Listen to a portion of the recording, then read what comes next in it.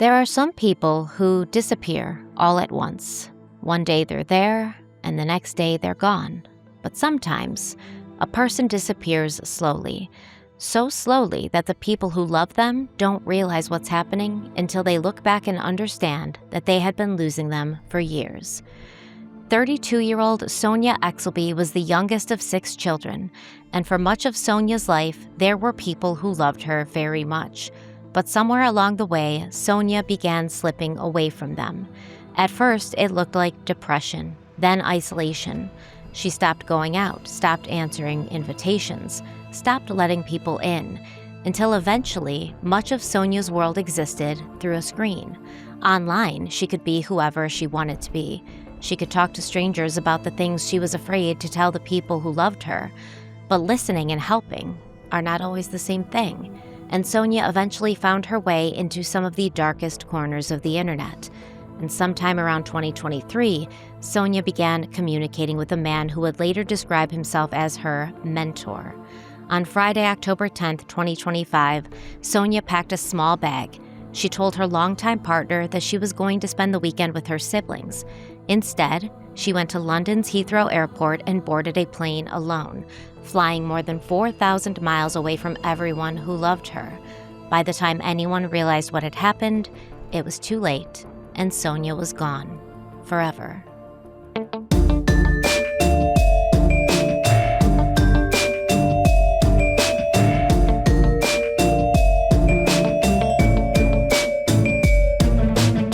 Hello, everybody. Welcome back to Crime Weekly. I'm Stephanie Harlow. And I'm Derek Levasseur. So today we are diving in to a new series, The Case of Sonia Exelby, and this is one that has been on my mind for a while now. We're going to dive deep as we can, and there's actually legal things happening coming up this fall.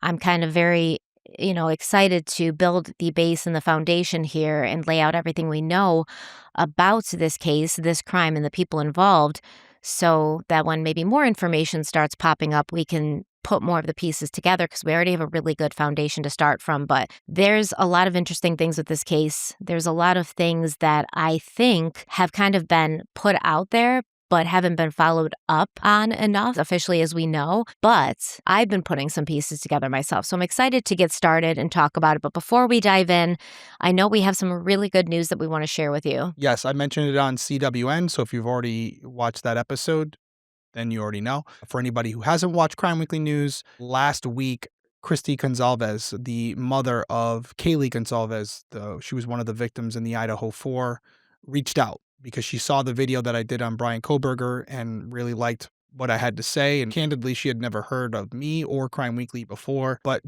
after seeing that video, she started looking into us, seeing what we were about. And so we got on a call with her team and wanted to discuss how we could work together in the future. And she actually recently started a foundation called Murder Has a Name. Basically, it's to help cases where DNA funding is needed, which, as you guys know, with Criminal Coffee, that's what we're all about. That's what we do. We talked about how we could work together in the future, but in the meantime, Criminal Coffee has just donated $1,000 to the Murder Has a Name Foundation. And we bring this up not only to let you guys know where your money is going, but I also get a lot of emails from you regarding where you can donate, because you may not like coffee and you want to donate directly to the foundation. On our website, criminalcoffeeco.com, you can go to the Fight Crime tab, or even on the main page and scroll down and you can see a banner, and it has all of the foundations that we've donated to. We've donated to the Murder Has a Name Foundation. We've donated to the Ballin Foundation, the Elizabeth Smart Foundation, and many others, all on your behalf. So yes, we're working cases. We're trying to fund DNA that's needed for these particular cases that doesn't get the coverage they deserve.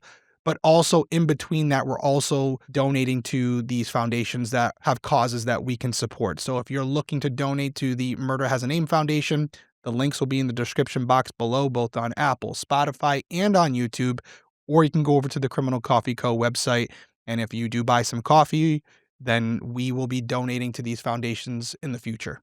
That's all I got. But thank you to Christy and her team for reaching out. I told her on the call, absolutely inspired by her ability to take what happened to her, to make sure that her daughter's name stays alive, but then to also take this tragedy and try to use it to help others, because it would be much easier to just go back into her private life and just never be heard from again. But she's taking this and She's using it to help others so they may not experience what she had to experience, which is the unknown. Or at least they're not alone. Right, because initially she said there was a time where she didn't know who did this, and that who was driving her insane. Now, she still doesn't have the why because Brian's a coward, but she at least knows the who, and some people don't even have that, and she's trying to change it. So we're on board for that. That's what the true crime community is about when it's at its best.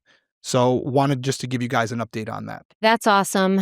Everyone who buys Criminal Coffee, you're helping to donate to this foundation as well as so many others. And it's all, foundations that we think you morally and Ethically would support, yeah. even though you don't know these people and we don't really know these people, we're hopefully making a difference in their lives. That's what Criminal Coffee's about. So we want to thank everybody who's purchased us, supported us. We love you guys. Thank you so much. Yep, absolutely. Thank you. Okay, so let's talk about Sonia Exelby. Sonia grew up and spent her childhood in Port Chester, Hampshire. So this is a place that most of us would compare to a fairy tale landscape. In fact, the historic waterfront village sits in the shadow of a massive ancient castle built by the Romans in the late 3rd century. It's just a beautiful place, English countryside, the water's there. It's just awesome. It's gorgeous. And Sonia was also a gorgeous person. She'd been nicknamed Lambie by her family because she was so sweet and docile. She had the gentlest soul. They said she was kind, compassionate, full of quiet love, and she was also a vegan because she couldn't bear the thought of any animal suffering simply so that she could eat. Her family said that Sonia was one of those rare people who made you feel completely safe to be yourself and, quote,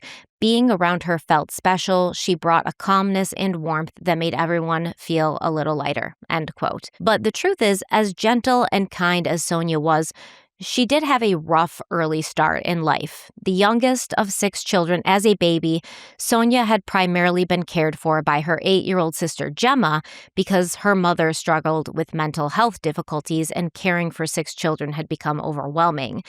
Eventually, the authorities intervened, and when Sonia was about 1, she and her 4-year-old sister Sarah were placed into foster care before both being adopted by a childless couple in Port Chester on the southern coast of England. And this is where Sonia's wholesome and happy childhood began. So weekends for Sonia and Sarah would be spent with their family on their yacht. They would go sailing to the Isle of Wight, where they would spend their days playing on the beach, splashing in the water, and competing in dinghy races at the local sailing club.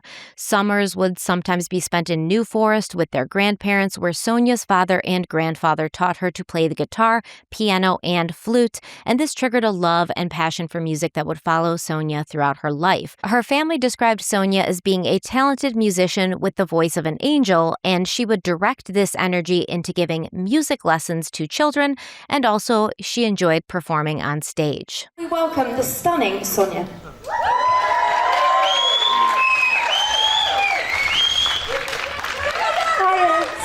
The piece that I'm going to play you today is a bit different to what you might used to be hearing, but I hope you enjoy. If it's true what they say, I will hear them, I pray, unto moonlight. If it's sent from the heart, I'll go back to the start, play it over. Then one day I will wake, feeling happy to take it over. At around 16, Sonia finished secondary school and went to Southdown College in Waterloo, where she continued to focus on music and where classmates remembered her as a quiet and kind person who loved performing in the school choir. During this time, Sonia also met Steve, a street artist from Portsmouth, who would become her boyfriend for the next 15 years. Now, when she was 18, Sonia and her sister Sarah started to wonder about their biological family, and this caused them to reconnect with their birth mother and 4 older siblings, including Gemma, who, remember, was the one taking care of Sonia when she was a baby, and their 3 brothers. Now, about this happy reunion, Gemma said, quote, Sarah and Sonia were just always so significant to us all, but it was the most incredible thing to have them back in our lives. They really did have a beautiful childhood. We couldn't wish for anything more, end quote.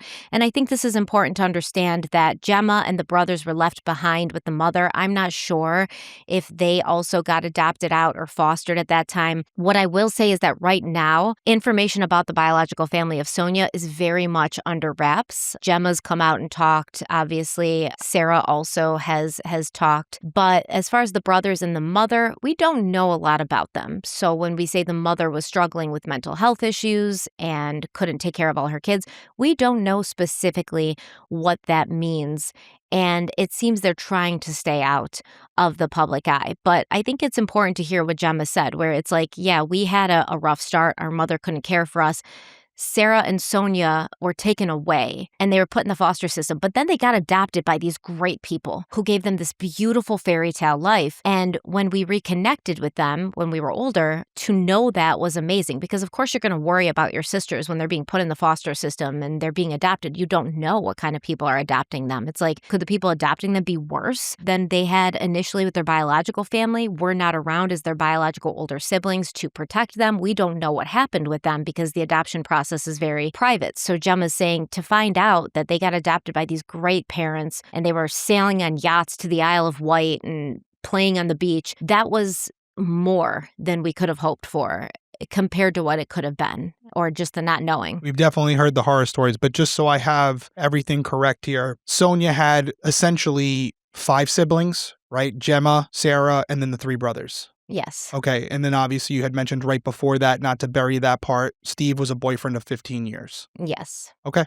I'm following you and everything. Yeah, I mean, that is a rare story, but happy to hear it. I wish we heard that type of story more often. It is a rare story, I think. Yeah, like this perfect childhood. This case isn't about this, but do you think there's any, like, jealousy or resentment because those siblings went and lived on, like, this amazing life? You know, you can love somebody and care about them, but also be like, man. Yeah, exactly. I got screwed in this deal. It's like, you know, when Nicole Richie got adopted by Lionel Richie, Yeah. right? Yeah, you're right. Like for many kids who are going into the system, that's not their outcome, right? But you're happy it's your sisters that got that outcome because that outcome's so rare. But yeah, there may have been a little like a sibling, you know, like playfulness of like, oh, well, you got this great life, you know, you're stuck here with crazy mom, but. No, I just wonder where you hear like, oh, you were traveling abroad. Oh, that's great for you. Well, no, they lived in a place where the Isle of Wight, which is this beautiful place on the coast of England, it was right across from where they were, but they had this yacht, they're doing dinghy races. That's true too. I'm thinking abroad because we're in the United States, but yeah, you're right. You're right. But this is a beautiful childhood. And even Sarah and Sonia, they would acknowledge that we had a wonderful fairy tale childhood. Okay. Got it. So, according to Sarah, both she and Sonia were also extremely happy to have their biological family back in their lives. Sarah said, quote, in 2010, Sonia was like, we've got these brothers and sister. They are absolutely amazing. And after the first meeting, it was like we never spent any time apart. We have all been really close since. It's been beautiful. End quote. Now, specifically, Sarah, Sonia, and Gemma, the 3 sisters, they became inseparable. After reuniting, they formed a close bond that included frequent visits, spending the night at each other's homes, and nights out together in Portsmouth. Sonia did enroll in university for a short time, but had to drop out due to her own mental health issues when they started to emerge. So her loved ones would later discover that she'd been struggling with depression and negative thoughts about her body, and in an online forum, Sonia had admitted to suffering with severe eating disorders, which led her to, try to purchase black market diet pills on the internet. Now, throughout her 20s, Sonia became more and more withdrawn, slowly leaving her flat in Portsmouth less and less, not responding to family and friends, and declining invitations to go out and do things that she'd previously enjoyed. She'd been sociable before, she'd like to go out with her sisters, and now all of a sudden, she doesn't even really want to leave the house. So Sonia's sister, Sarah, this is the sister she was adopted out with, Sarah had moved to Australia, but she would often fly to the UK to visit with Sonia and check on her. And she said, quote, I don't know what changed. When I came back, I couldn't get her to go to the shops with me. It was such a difference from someone so full of life to someone so withdrawn. Everyone was keeping a close eye on her, but she was also pushing people away, end quote. So when you're an adult, you can keep an eye on your family members, but only so much as they allow you to, right? If someone's not answering calls, they're not answering the door, yeah, what are you going to do?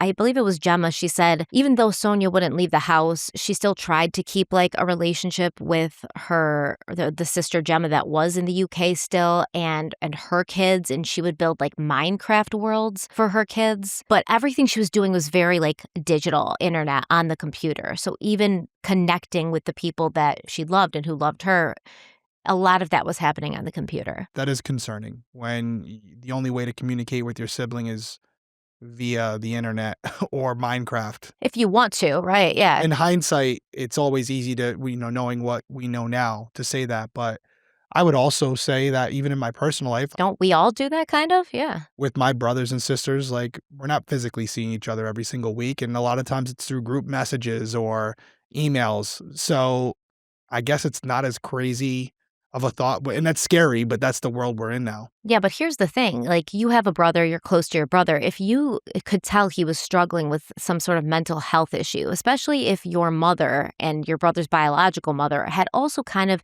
went through the same thing, right?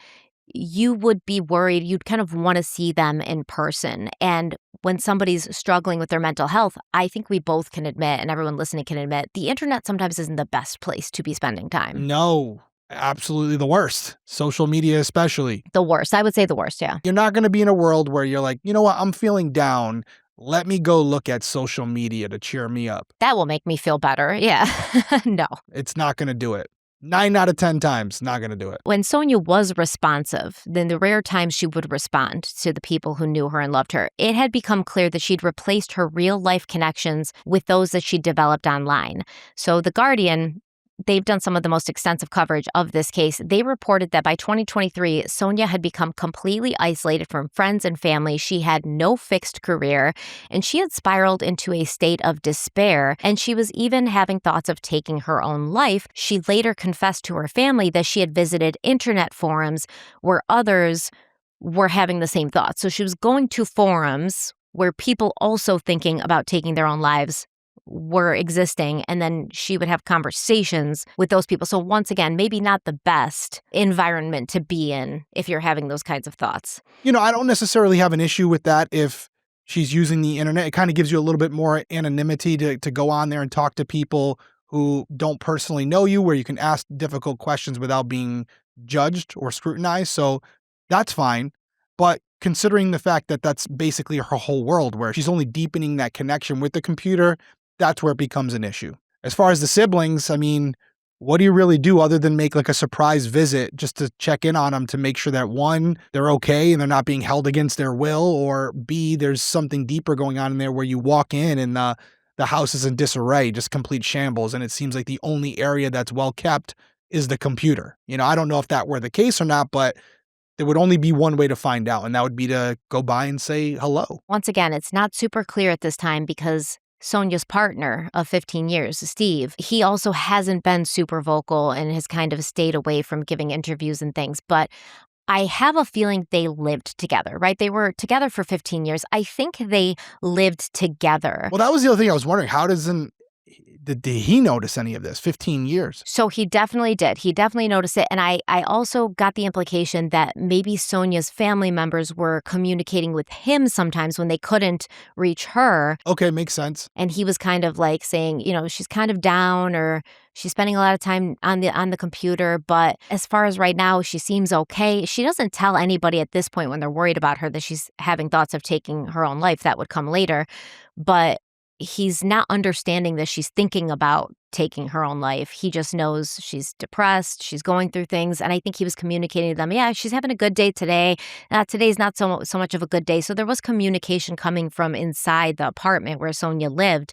So the siblings probably thought, this is as much as we can do right now, as long as Steve's keeping an eye on her and we're in constant communication. Yeah, he's closest to her. Yeah, we can't really force it. Yeah. I agree with that. That makes sense. That's her partner, right? That's the person she's closest to. You have to assume one of the persons she trusts the most, and that's basically your conduit, where you're going through him to say, hey, have you talked to Steve lately? Yeah, he's there. He physically has eyes on her.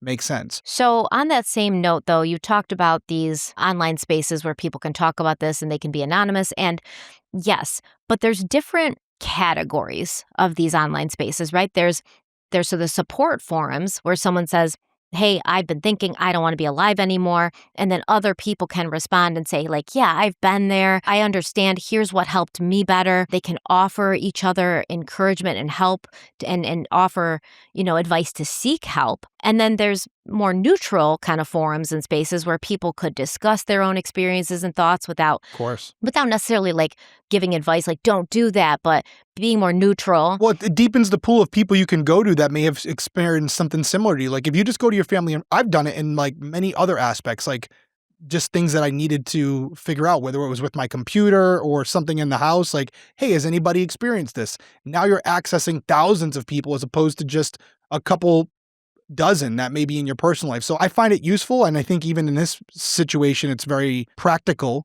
The problem is the context behind it and the situation she's in. Yes, because then as we know, or I don't know if you do know, but it's the internet. So of course, weird places exist. No. Yes, there's darker spaces. Never would have guessed it. These aren't like support forums. These aren't neutral forums. They're the pro taking your own life forums. Okay, that's a problem. That's not the forum you want to be in. And in these kinds of places, seeking help to not do the thing you're thinking about doing It's frowned upon. Is actually discouraged, right? Yeah. And then they will offer each other advice on how to carry out on these thoughts. And then they'll kind of get each other going, talking about all the different ways. And you can explore this and you can do that. Now, based on what we do know, I believe that Sonia eventually ended up in these darker corners of the internet, at least eventually. Maybe it didn't start that way, but that's definitely where it led to. Well, as you're perusing, you can stumble on something and then you go down that rabbit hole. I don't even know how these things are allowed to exist. I know it's hard to regulate the internet, but like these groups should be taken down. Like, I mean, immediately. I agree. But once again, free speech. It's harder said than done. Her kind of going into these areas of the internet, that's an important element to this case because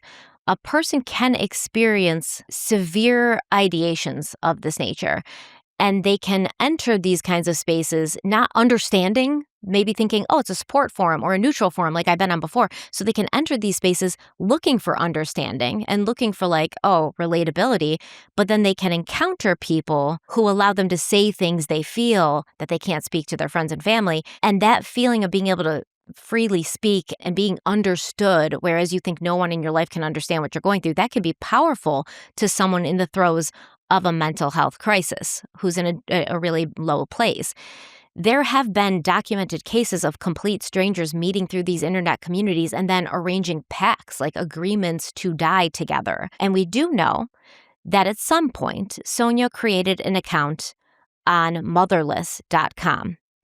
And she created an account with the username already yours. And this motherless.com, I'm sure there's a lot of people who know what I'm talking about when I say it, and there's going to be a lot of people who don't. So I'm going to describe what kind of community this was. I've never heard of this. Really? No, motherless.com? I'm surprised. I haven't, so I'm actually interested in learning more about this. All right. So we're going to talk about that after we get back from the break. This episode is brought to you by Quince, and I don't know if anyone else feels this way. August always feels like the Sunday of summer. That's oddly accurate. Summer's technically still happening. The weather is very summery, but mentally you're already thinking about schedules, fall, back to school, cooler weather. For me, Halloween, I've already started decorating, but now is my closet prepared for this upcoming change in the seasons. Yeah, so this is the wardrobe reset portion of the year. And that's where Quince comes in. We love Quince. We talk about Quince all the time. I just wore this beautiful silk green dress to a dinner the other day, and I got tons of compliments. The hostess was like, I love your dress. And I was like, it's from Quince. No, they're great. Quality over quantity for sure. I've talked about it a million times. When I have something big coming up, even if it's on TV, I find myself looking in the closet just for what feels comfortable and what I think I look good in.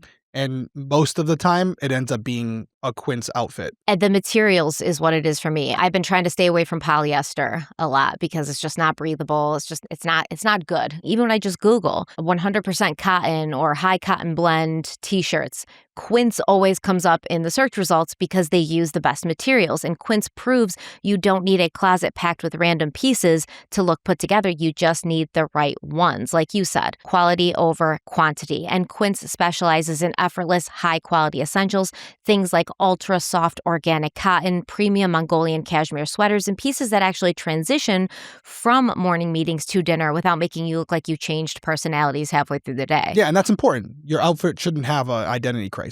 It really shouldn't. And I've been reaching for their organic cotton tees. I just ordered 3 more yesterday. They're one of those basics that don't feel basic. The quality genuinely has surprised me.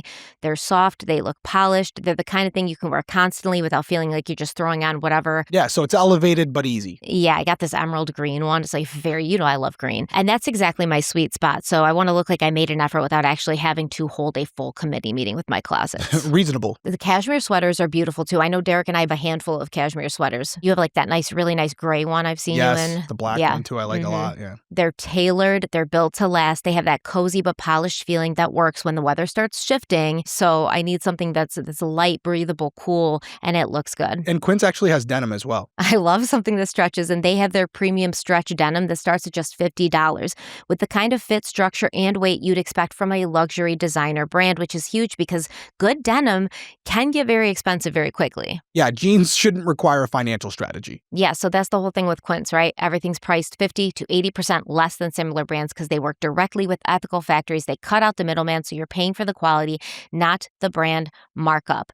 Also, keep in mind that Quince has everyday elevation in other areas of your home. Hotel quality bedding and bath, kitchen staples, essentials, thoughtfully designed furniture. So whether you're refreshing your wardrobe, your bedroom, your kitchen, whatever, Quince has that elevated feel without the elevated panic at checkout. So upgrade your everyday. Go to quince.com/crimeweekly for free shipping on your order and 365-day returns, now available in Canada and the UK too. That's a new one. Now in the UK. That's amazing. So that's Quince, QUINCE.com/crimeweekly for free shipping and 365-day returns. Quince.com/crimeweekly. All right, we're back. So motherless.com. I'm going to educate everybody, including Derek. Yeah. Now, to be fair, when I was like, really, Derek, it doesn't mean that I had heard about it in a way where I understood what it was. I had heard about it in like weird peripheral ways and never really like explored what it was. So I've heard about it before, but I don't want anybody to think that I knew about it because I knew about it very deeply. That came off wrong. So no, I mean, listen, it's something where I always assumed there were forums and places you could go if you were someone who had been adopted, maybe didn't have both parents in your life, where you can go and speak to other people who are in similar situations. But I'd never heard of motherless.com. So it has nothing to do with being adopted. Oh, it doesn't? It's a different kind of motherless. Oh, see, now you know I'm not lying to you. I have no clue. I thought it was motherless.com, meaning my mom wasn't around, and this is a place where people who are in similar situations can go. Dude, I almost wonder if that's how she stumbled upon it. Now that you say that. I was about to Google it. Yeah, no, don't Google it. Okay, tell me what it is. Yeah, I almost wonder if maybe she was like on the internet, like I feel motherless, like, even though I have an adopted mother and I also reconnected with my birth mother, I still feel motherless, because she was depressed. I wonder now that you say that, because no, this was not had anything to do with... Well, opportunists can take advantage of that by, when you're searching keywords, have it redirect you to these types of websites because they're looking for that type of person. Yeah, before break, I thought motherless.com was a forum where people could go to discuss not having their mothers in their lives. And now, no, based on your facial reaction, that's not what we're about to get into. Now I'm already thinking I think I know what it is, but... Motherless stands for a different kind of motherless, but... Oh, God. Okay, so this was a user-generated pornography and fetish internet site. Okay, not searching this. Okay. Got it. Yes, don't do that. So it was founded in 2008, and it actually became notorious because it operated much more like an adult content social media platform than a conventional porn site. So kind of like the Instagram of pornography, if that helps. So users could upload images and videos. They could comment on these videos and other people's videos. They could message each other, and then they could build communities around very specific fetishes. A 2018 Ninth Circuit case involving Motherless gives us one of the best windows into how it actually operated. The site was enormous, even by the early 2010s. The court said it was receiving about 600,000 visits a day during the period involved in that lawsuit, and its philosophy was, let's say, deliberately permissive. Like, things would be allowed there that might not or shouldn't be allowed, but there was just not a lot of moderation happening. That's what I'll say. So its culture was essentially built around the idea that if material wasn't technically illegal, there should be very little moral judgment about it, right? So in litigation and reporting about the site, its approach has often been summarized as essentially anything goes, right? Anything Wild West. legal, anything technically legal will stay. Yeah, and it's a gray area because now, this isn't real. Then we start getting into fetishes involving children. They're just dressed up like children, right? Yeah. No, they're 18. Exact. That's what I'm talking about. You're able to scratch that itch while still kind of technically being within the legal confines. So that's a slippery slope. It is. It's a very huge gray area that is dangerous. And we also think about like sexual abuse and sexual assault and those types of role playing. Yeah, this is a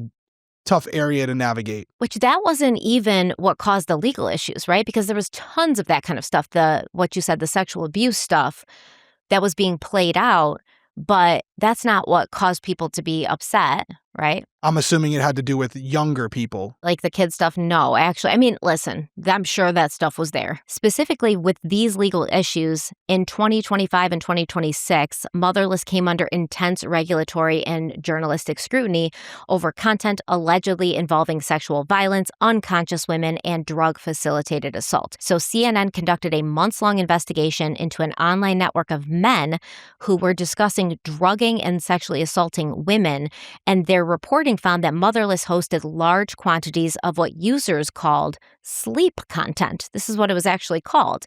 So these videos involved women who appeared unconscious during sexual acts. And CNN reported that some uploaders themselves claimed the encounters were non-consensual. Basically, they were saying, hey, this is not cosplaying, this is not role-playing, this is not like produced. I actually drugged this woman and she is unconscious and doesn't know that this is happening as I'm filming this video. Yeah. And like I said, there's communities and terminology surrounding it. So they would have their special vocabulary they would use and all of this. So CNN reported that one popular hashtag was essentially being used to demonstrate that a woman appeared asleep. And that's one of the reasons Motherless became so controversial, because the architecture of that website could allow people with extremely disturbing interests not only the ability to find material, but to find each other, which you got one creep. Okay, you got a bunch of creeps together. Now we got a network going. Yeah. If I was a detective still, I'd be signing up for this thing just to keep an eye on some of these people that are in my area. Luckily, it's been shut down, so. I didn't think it was still active based on just the little bit I know so far, but this is the type of website where detectives were probably monitoring it going, yep, this person's from our area. Let's keep an eye on them for any future cases. Yeah, but 10 more sites just like it probably popped up in its place, so. No doubt. So in November of 2023, Sonia told her sisters that she had uncovered evidence online about a mysterious group of sadistic men who were operating out of the United States, and they were luring vulnerable women there using these kinds of online sites to murder them.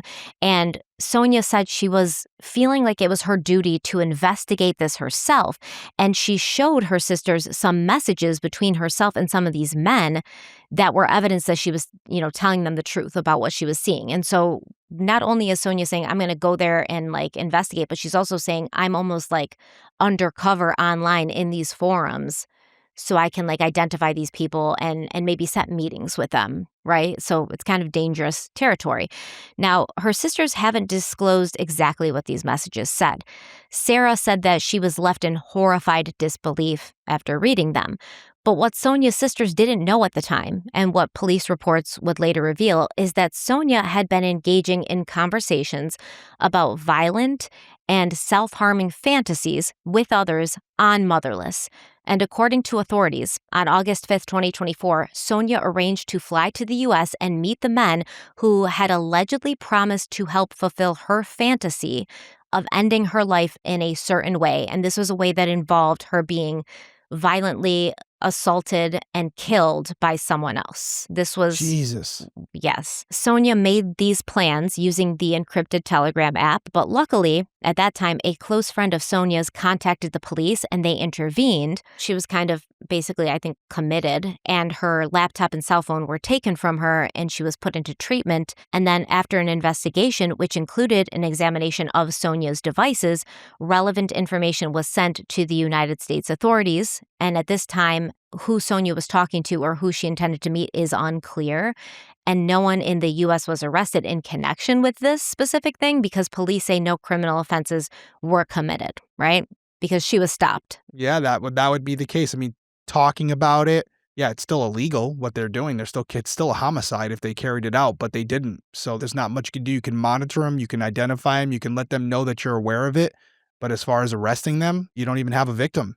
And because she was stopped. Now, who knows what would have happened if she hadn't been stopped. And also, that it's jurisdictionally, it's hard because the victims in the UK and they're over here in the United States. It'd be a cluster. That's for sure. It would take some jurisdictional cooperation, but it would happen, yeah. You could definitely do it, but at the core of it, there's no crime committed. There's not much you can do. These individuals over in the States, if they were identified through technology and the digital footprint, I would have hoped that law enforcement would have gone and done, even though it may not would be with this case, but the first question I would be asking is, okay, they may not have done it here, but have they already done it somewhere else or to someone else?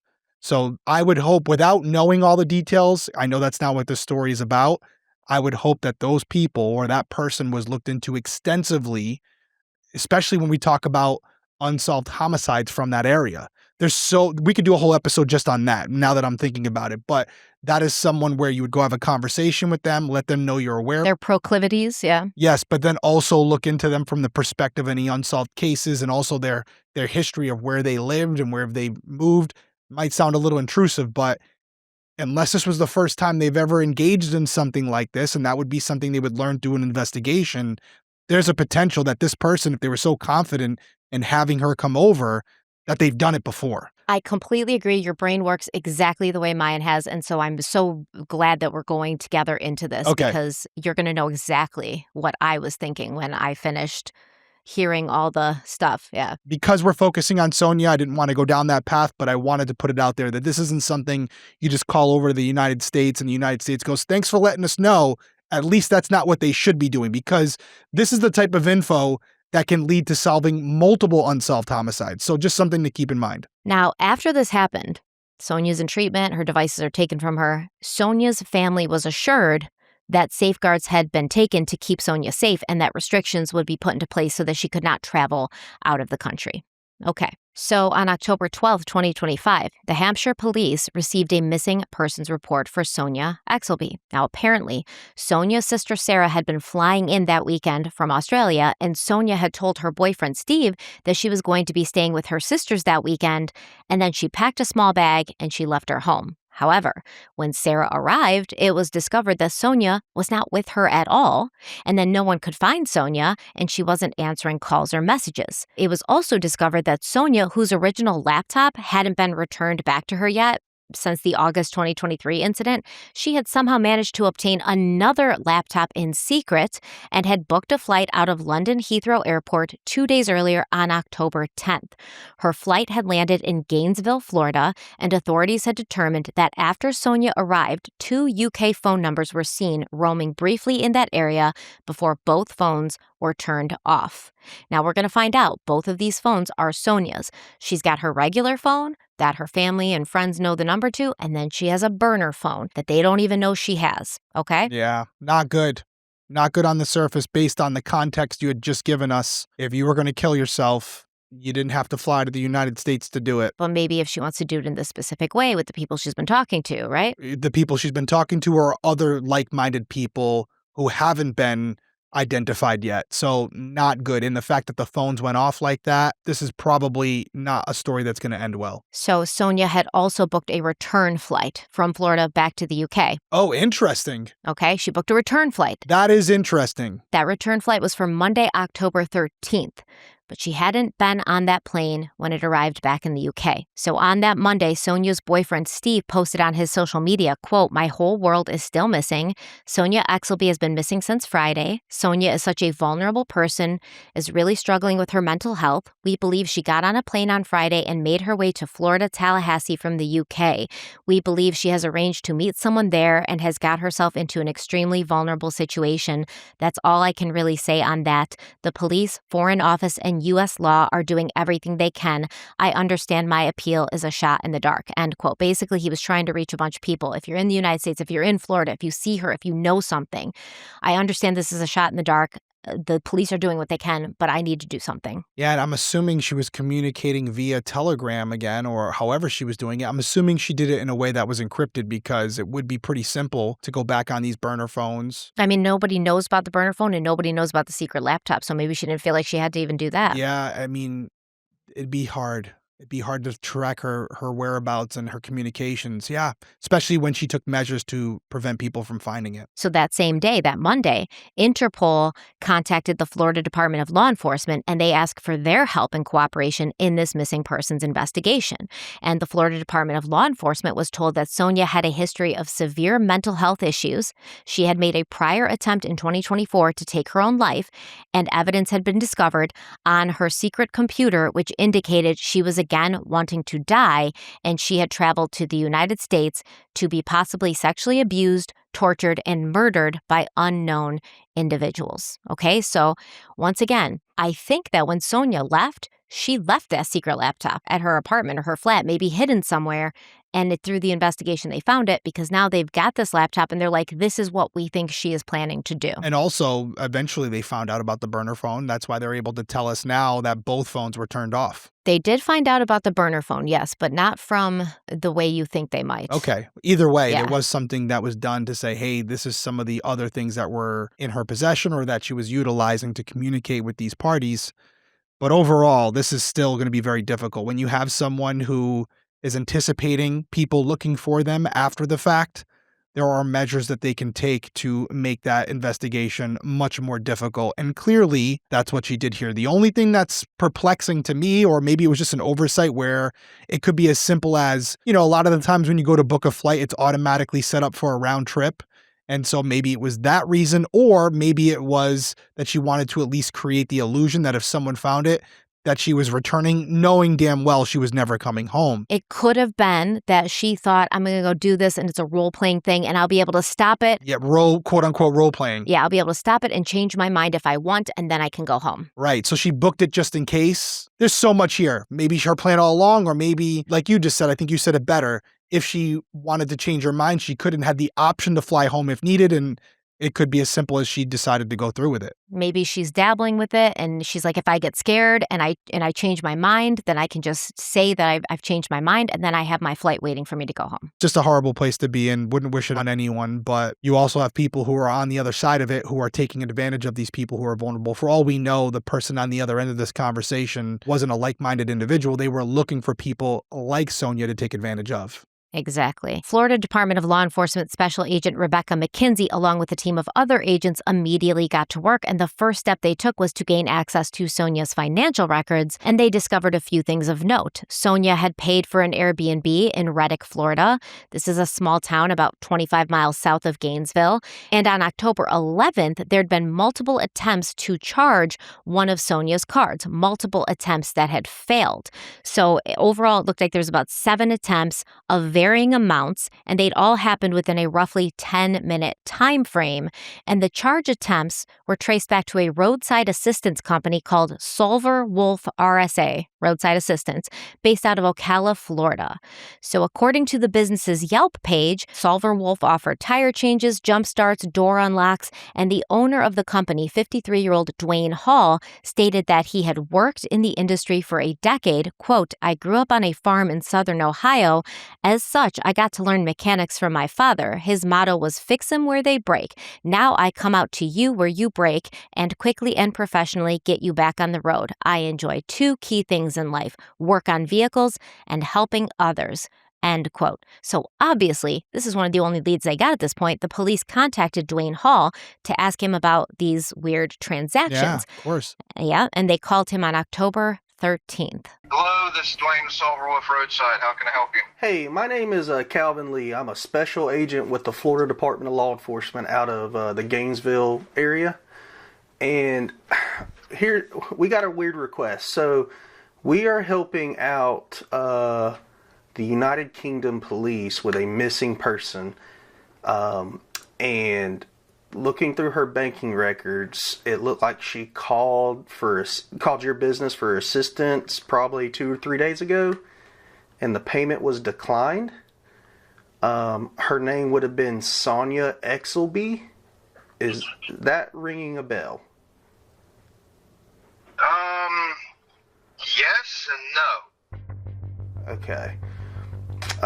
Basically, she's reported missing and suicidal. So we're trying to track her down, and we know that 3 days ago she landed at Gainesville Airport and got in a rental car and was heading south. So, like I said, through the banking records, it shows that that there was a decline charge from your company. So we're assuming that, I guess, she needed assistance. Yeah, she broke down, needed a tire change, Okay. and was requesting to be transported the rest of the way to her location, but declined payments. We ain't gonna touch that. Okay.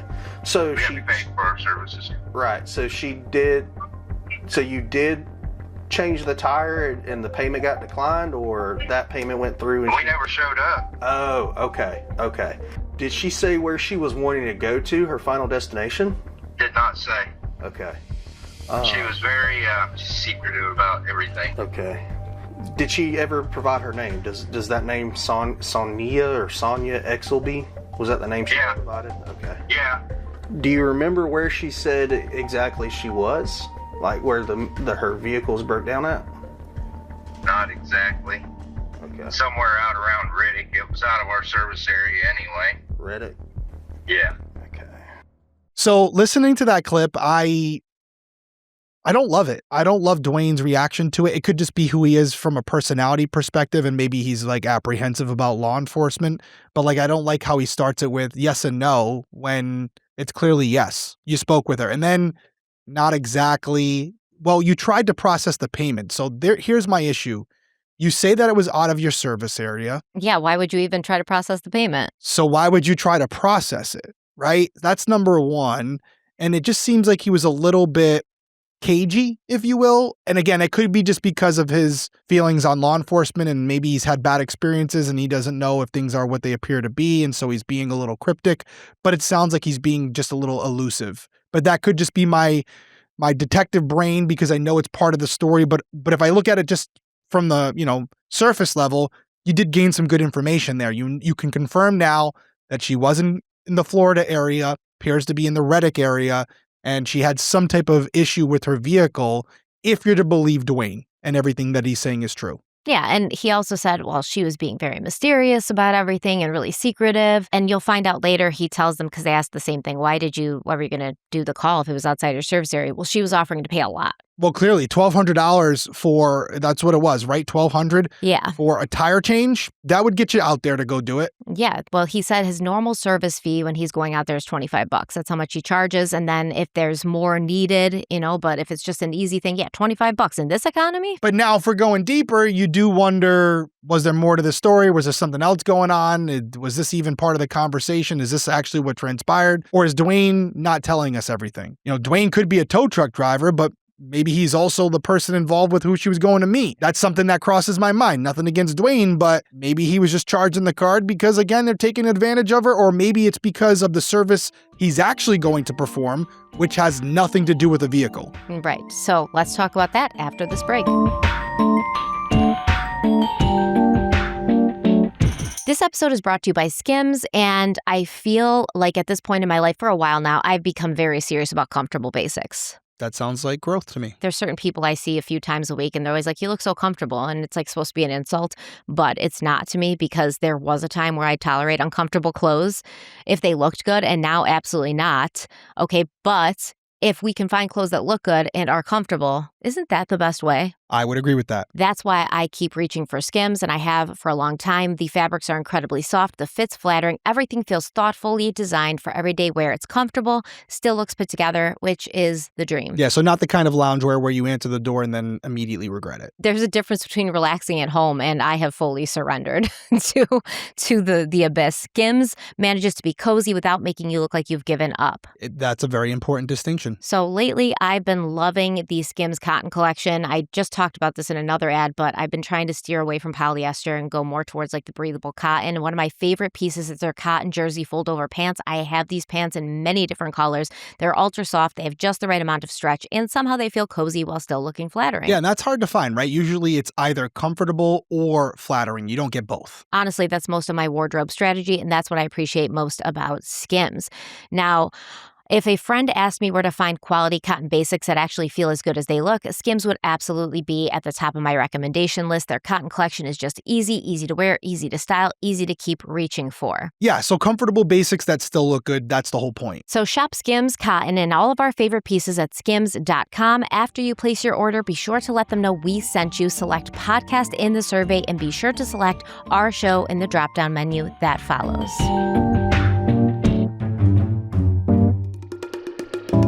All right, so the following day, after they talked to Dwayne the first time on October 13th, on October 14th, they contact Dwayne again. And this time he was asked to produce some kind of like evidence in his phone or his cellular records that showed he had received a call from someone at the time he attempted to charge Sonia Exelby's card, right? And then Florida Department of Law Enforcement contacted Telecec. This is the company that Dwayne used to process payments received through his business. And a subpoena was sent to Elevon. So Elevon is the company that manages the records for Telecec. So they confirmed the declined transactions from October 11th, but they also informed law enforcement of a transaction for $1,200 that had been transferred into Dwayne Hall's merchant account from another of Sonia Exelby's bank cards. So we have Solver Wolf RSA using Sonia's Lloyd's Bank card in an attempt to charge varying amounts 7 times in a 10-minute window on October 11th. All of those were declined. And around that same time, at approximately 1:10 p.m. on October 11th, in the middle of those declined charges, Sonia's Tesco Bank card was successfully charged for $1,200. Oh, that's not good. Dwayne's not telling us the full truth. Not looking good for Dwayne. That call right there now, man, when you think about that, that is something that you would disclose on the phone, right? Can we all agree to that? I would agree, yeah. That's something where you would say, yeah, I did charge it. And then if you charged it, now you have to say what you charged her for, because you're saying you never met up with her and you never went out there. Damn. Okay, Dwayne's got some explaining to do. On October 15th, the Airbnb that Sonia had rented, that was in Reddick, and it was searched. And they basically contacted the owner of the Airbnb, and they were like, hey, we're looking into this. Have you cleaned the unit yet? And the owner said, no, hasn't been cleaned. Awesome. I mean, awesome in the context of forensics. Yeah, great. Exactly. So Sonia and her belongings were not found at that Airbnb, but police did recover some discarded food wrappers and receipts in the garbage. They also found long brunette hair in the trash and then a comforter in the bedroom that had what appeared to be blood on it. So using the receipts and what had been found in the trash, investigators tried to piece together what Sonia's time at that Airbnb had looked like. And what they found was that most of this evidence in the Airbnb did not lead to Sonia Exelby. On Friday, October 10th at 5:47 p.m., someone had used their own credit card at a Walmart in Gainesville to purchase paracord, gun cleaner, 50 feet of rope, and deodorant spray.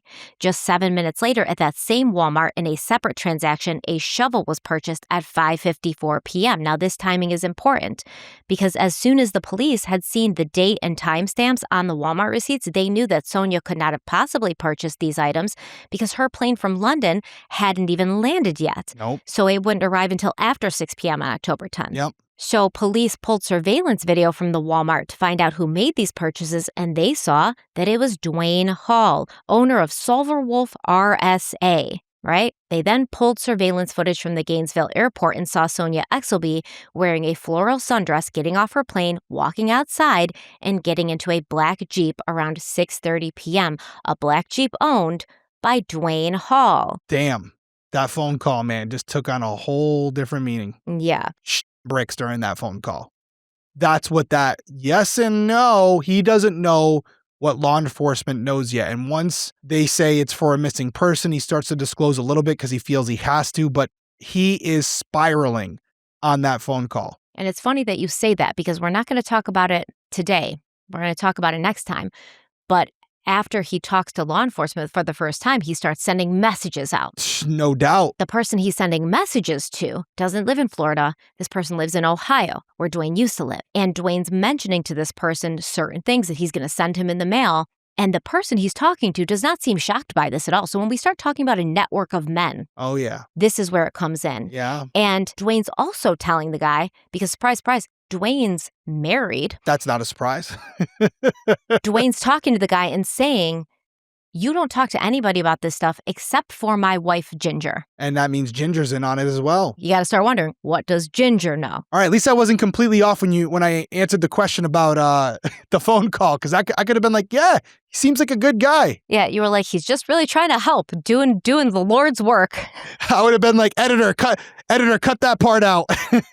Doing the Lord's work, helping people on the side of the road. On the morning of October 17th, 2025, Dwayne Hall was pulled over by police, and they were accompanied by a helicopter. So this was an O.J. Simpson kind of pullover here. They're making sure. Yeah, they were going deep. They know that he's full of it. They're making sure he doesn't get away.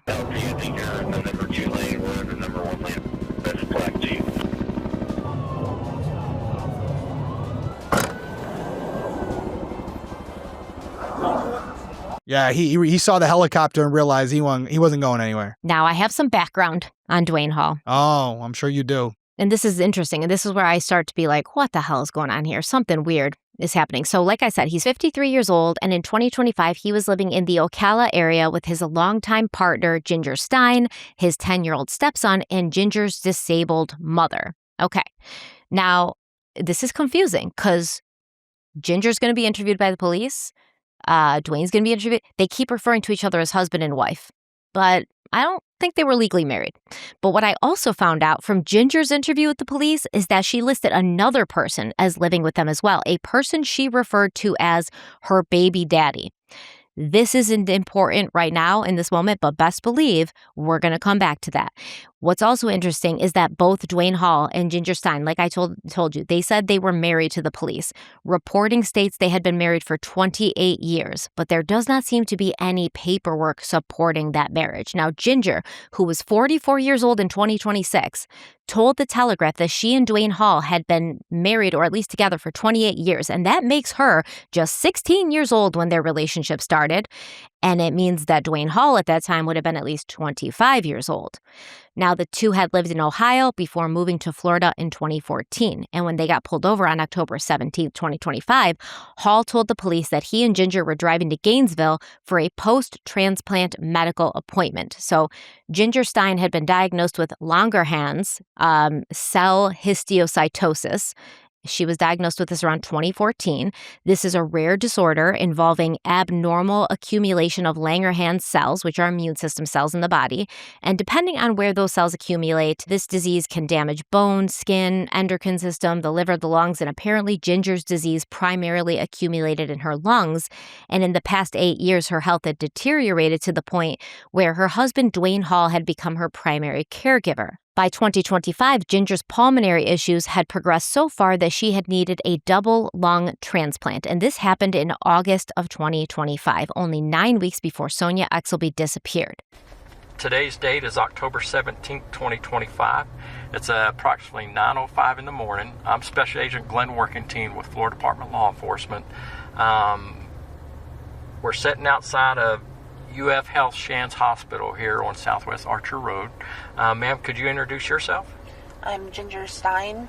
Okay. Can you kind of just fill me in as far as how you got here, what's going on, or what have they told you, or anything like that? They haven't told me anything. Okay. Me and my husband were on our way here for my appointment. Okay. Well, what's your husband's name? Dwayne Hall. Dwayne Hall. Yes. Okay. All right. And they just pulled us over, and they said that they needed to take his car. They needed to search it. Okay. I'm not sure why they took it, but All right. And they took him. Okay. They said, I don't know if he was under arrest, or they said they just wanted to ask him some questions. Okay. And then they gave me a ride here. Okay. But I'm a little worried because I have anti-rejection meds in my bag, and they wouldn't let me have my bag. Oh, okay. It's All right. still in the car, along with my insulin. Okay. I just want to talk to you, try and get some information and stuff, what you know as far as what could have been going on from why they stopped y'all or anything like that. The only thing I can think of is some credit card that somebody tried to use that was denied on his work a couple days ago. Oh, okay. Now, let's get to Dwayne Hall and his interview with Florida Department law enforcement agents Rebecca McKenzie and Joseph Miller. Hi, Mr. Hall. My name's Rebecca. I'll pass. You'll pass? Okay. Hi, Mr. Hall. Hello. What's your first name? As if you don't know. I don't like playing silly. Okay, well, I like to be direct. You have my name, or else I wouldn't be here. How would you like us to call you? Dwayne is fine. Dwayne is fine. Okay. Dwayne, okay, well, I was just going to say because I honestly forgot it, so that's why I called. Okay, I will accept that. My name's Joe. Dwayne, it's a pleasure to meet you. I appreciate you coming up here. And No, look, I'm going to say a few things, and then we can get on with your interview and whatnot, okay? Great, Absolutely. Okay, number one, you guys want to impound my vehicle and search my vehicle, search warrant, whatever, okay? I get it. But when you guys pulled us over today, my wife was on her way up to Shands, post-transplant bronchoscopy with all of her meds, rejection, and all that stuff was in that vehicle. okay. Okay? So whatever you're looking for in my vehicle is not going to be in her bag that she needs to have that keeps records of all of her breathing and everything else that they need. Okay.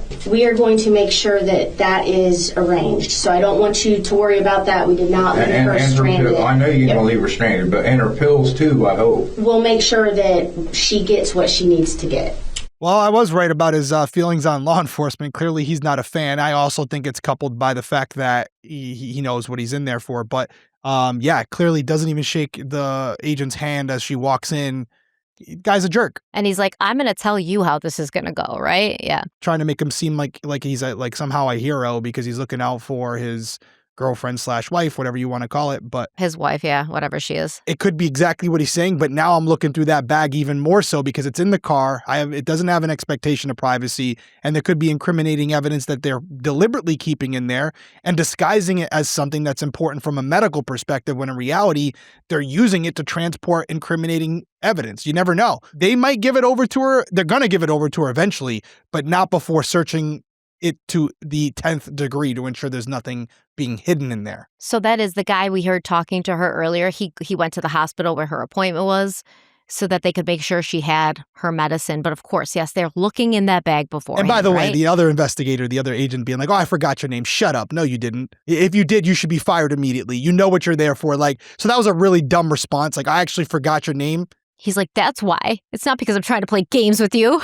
That was dumb. You're in there for an interview. You're about to ask him about an entire case, but you don't remember his name. Shut up. Well, I mean, Dwayne Hall at this point, he's trying to make it appear that he's this very responsible, concerned family man. Perturbed by the inconvenience. Yes, he's worried about his wife's health and that she's adhering to her medical needs. And he told the agents as soon as he knew Ginger had what she wanted or needed, that they could get on with the interview. And whatever it is they wanted to talk to him about, which he could only assume was about this random call to his business requesting roadside assistance when the credit card wouldn't work, right? He said, listen, all I do is take care of my wife and my family and go to work. And since that's the only thing out of the ordinary that's happened to me recently, I'm assuming that's what I've been hauled in here to discuss. He's trying to be very smart about this, but Dwayne Hall also made sure to make it clear to these agents that he didn't trust the police because he'd had some bad experiences with them in the past. Yeah. I'm spot on this one. Yeah. He's like, I don't trust you guys. The police are corrupt, but this is all behind me now, and I've worked very hard to put it all behind me. I'm going to do the best direct questions, get direct answers. Okay. That's the way I like to do business, so I think we'll get along fine. I'm not going to humor anything. I had really, really bad experiences with law enforcement in general because where I lived before is extremely corrupt. Okay. And they used to cost me, I feel like I'm living a nightmare repeat because they used to cost me work, they used to cost me jobs and everything else. They were child support. Every time I get a job, they'd haul me into court, and of course, if it's in the first 30 days, you lose your job. Yeah. And then they have that reason to throw me in jail. For child support stuff? Yep. But you're not going to, I don't think you're going to find any of that anymore. I finally have been deemed rehabilitated. Like caught up with it? Like no, paid back child support? Or what do you mean redeemed with it? Redeemed with it because they finally took it off my record. Oh, okay. I finally have been clean for long enough and not being in any kind of trouble with them that I qualified to have everything scrubbed. Okay. When did that happen? This year. Okay. I've actually worked my ass off to make sure that I'm not in trouble all the time, to turn my life around and whatnot. And now this.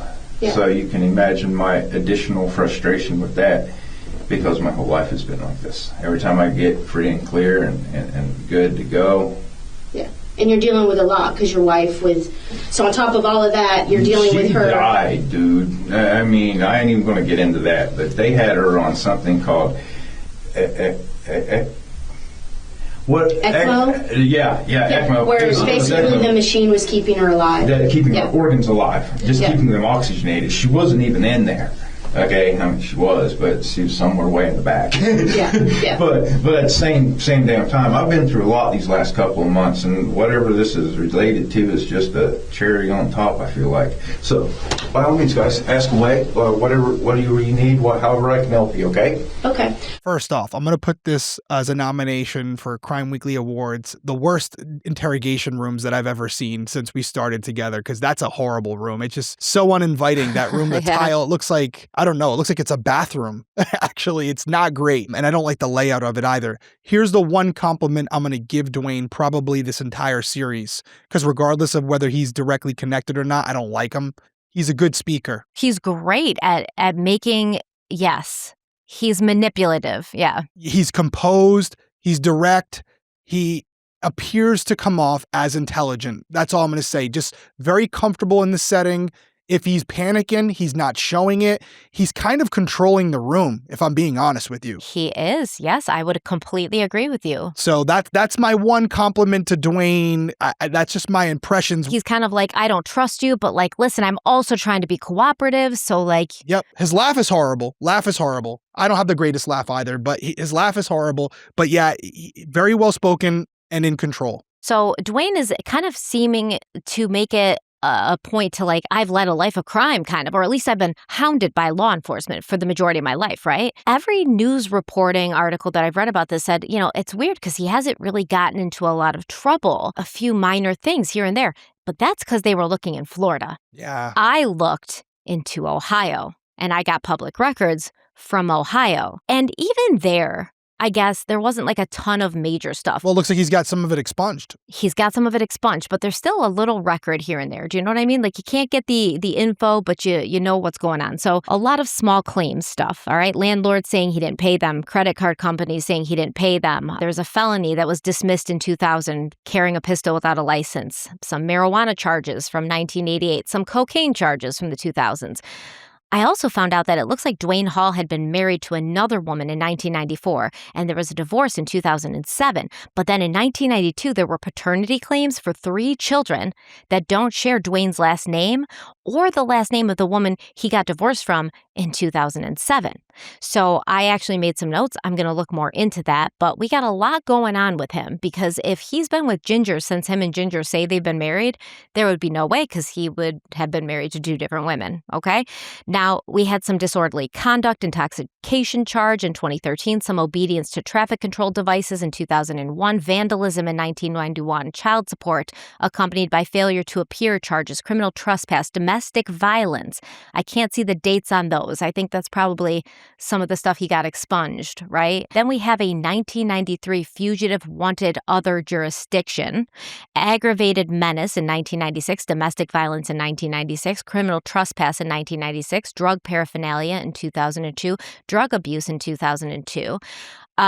There were a few things that he got in trouble for in what looked like Washington, D.C. He was kind of all over the place. He was in California for a little bit. I found it all. And if you were to ask him, he would say it's just the police hounding him. Because the place where he lived before was corrupt. But what are you talking about? California? Ohio? Yeah. Well, they all are. I guarantee you, if you asked them about these things, you go, yep, they were after me too. When you're looking at this stuff, it's like child support, yeah, some domestic violence, some drug stuff, but nothing to the nature of like what he's there to talk to the police about right now, right? He's never attacked anybody, stabbed anybody. I would say the domestic violence charges could be indicative of a future behavior. I agree. So could the drug charges, right? But right, the drugs for sure, but the domestic abuse, it shows a predisposition to violence. And yeah, I could see that somehow being correlated to what we're talking about here. I don't know. We'll have to see. And he's making it seem like I've just been hounded for no reason over child support. Well, it wasn't just child support, right? Because it was drug charges and it was having a weapon without a license and domestic violence, like you said. So maybe the police in your jurisdiction saw a pattern of behavior and that's why you were constantly hounded. Yeah, and they were keeping an eye on you. Because you were in the drug game and they were watching you. So Dwayne Hall also illustrates his familiarity with the arrest process when the agents begin reading him his rights. So let me understand this. Usually, in my experience, I've already explained a little bit of that. It's not been that great, but it's enough experience to kind of put A and B together. Am I being officially detained?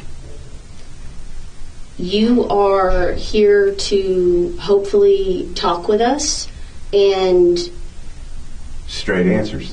Yeah. You're not detained. You're not detained. So you said you kind of understand because you've been Yeah. earlier. I've been talking to Calvin about this stuff. So what's going on? So you understand that I do need to just tell you your rights. If you got to do it's my checking rights, a box. do my rights. Okay, check the box. It's checking a box.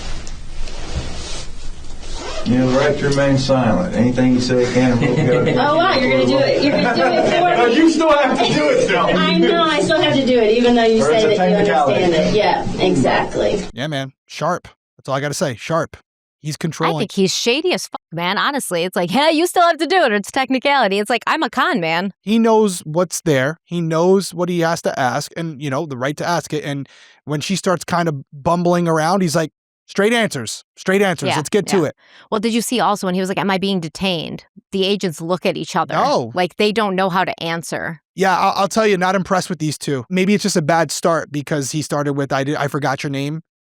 Like you're not building credibility with this person because... You're not showing him you're in control of the situation. Yeah. You're not showing you in control because either you're an idiot because you don't remember his name or you're lying. So you started off the conversation lying to him. That's not the rapport you're trying to build. He's someone who's saying he's going to be a straight shooter. You should be portraying the same attitude. Okay, fine. You like straight shooter? I'm a straight shooter as well. This is going to be a great conversation. He's coming off as submissive to what Dwayne's trying to do here, and he's not. I just don't like this interview so far. I really don't. I think when he said, I forgot your name, obviously we know he didn't. I think he was trying to show Dwayne Hall, like, yeah, you're not in here for anything like serious right now. Like. It didn't work. Not for a career criminal like that. He knows you know his name. He also knows why you have him in there. So he knows the significance of what he's being looked at for. So he knows that you know his name. Right. So these agents, they start off small. They ask Dwayne Hall about the credit card transactions made on August 11th. To my recollection, the sun was down. Okay. I try not to drive at night. I can't see very well at night. They called at night and they tried to run a card, and my card services kept declining it, so they kept going lower and lower on the amount. And the only thing she was saying that even made me paranoid and thought it was pretty sketchy. It was too quiet in the background for somebody that was broke down. I mean, for somebody that's broke down, it was way too quiet in the background, and she kept saying over and over again, I swear there's money on the card. I swear, I swear, I swear. And of course I declined and I didn't go out there. And I was actually thinking about it after I spoke to Calvin. I was like, if I talk to him again, I will throw my idea out there, just simply because I don't want to throw anything. I don't want to throw him into looking or thinking any different than what he's already doing. Let him do his thing. And then if more comes of this, which it just did, obviously, because I'm here and you have my vehicle, I was thinking about it, and I even asked my wife about it, because I had mentioned something about it the first time I got a call from Calvin.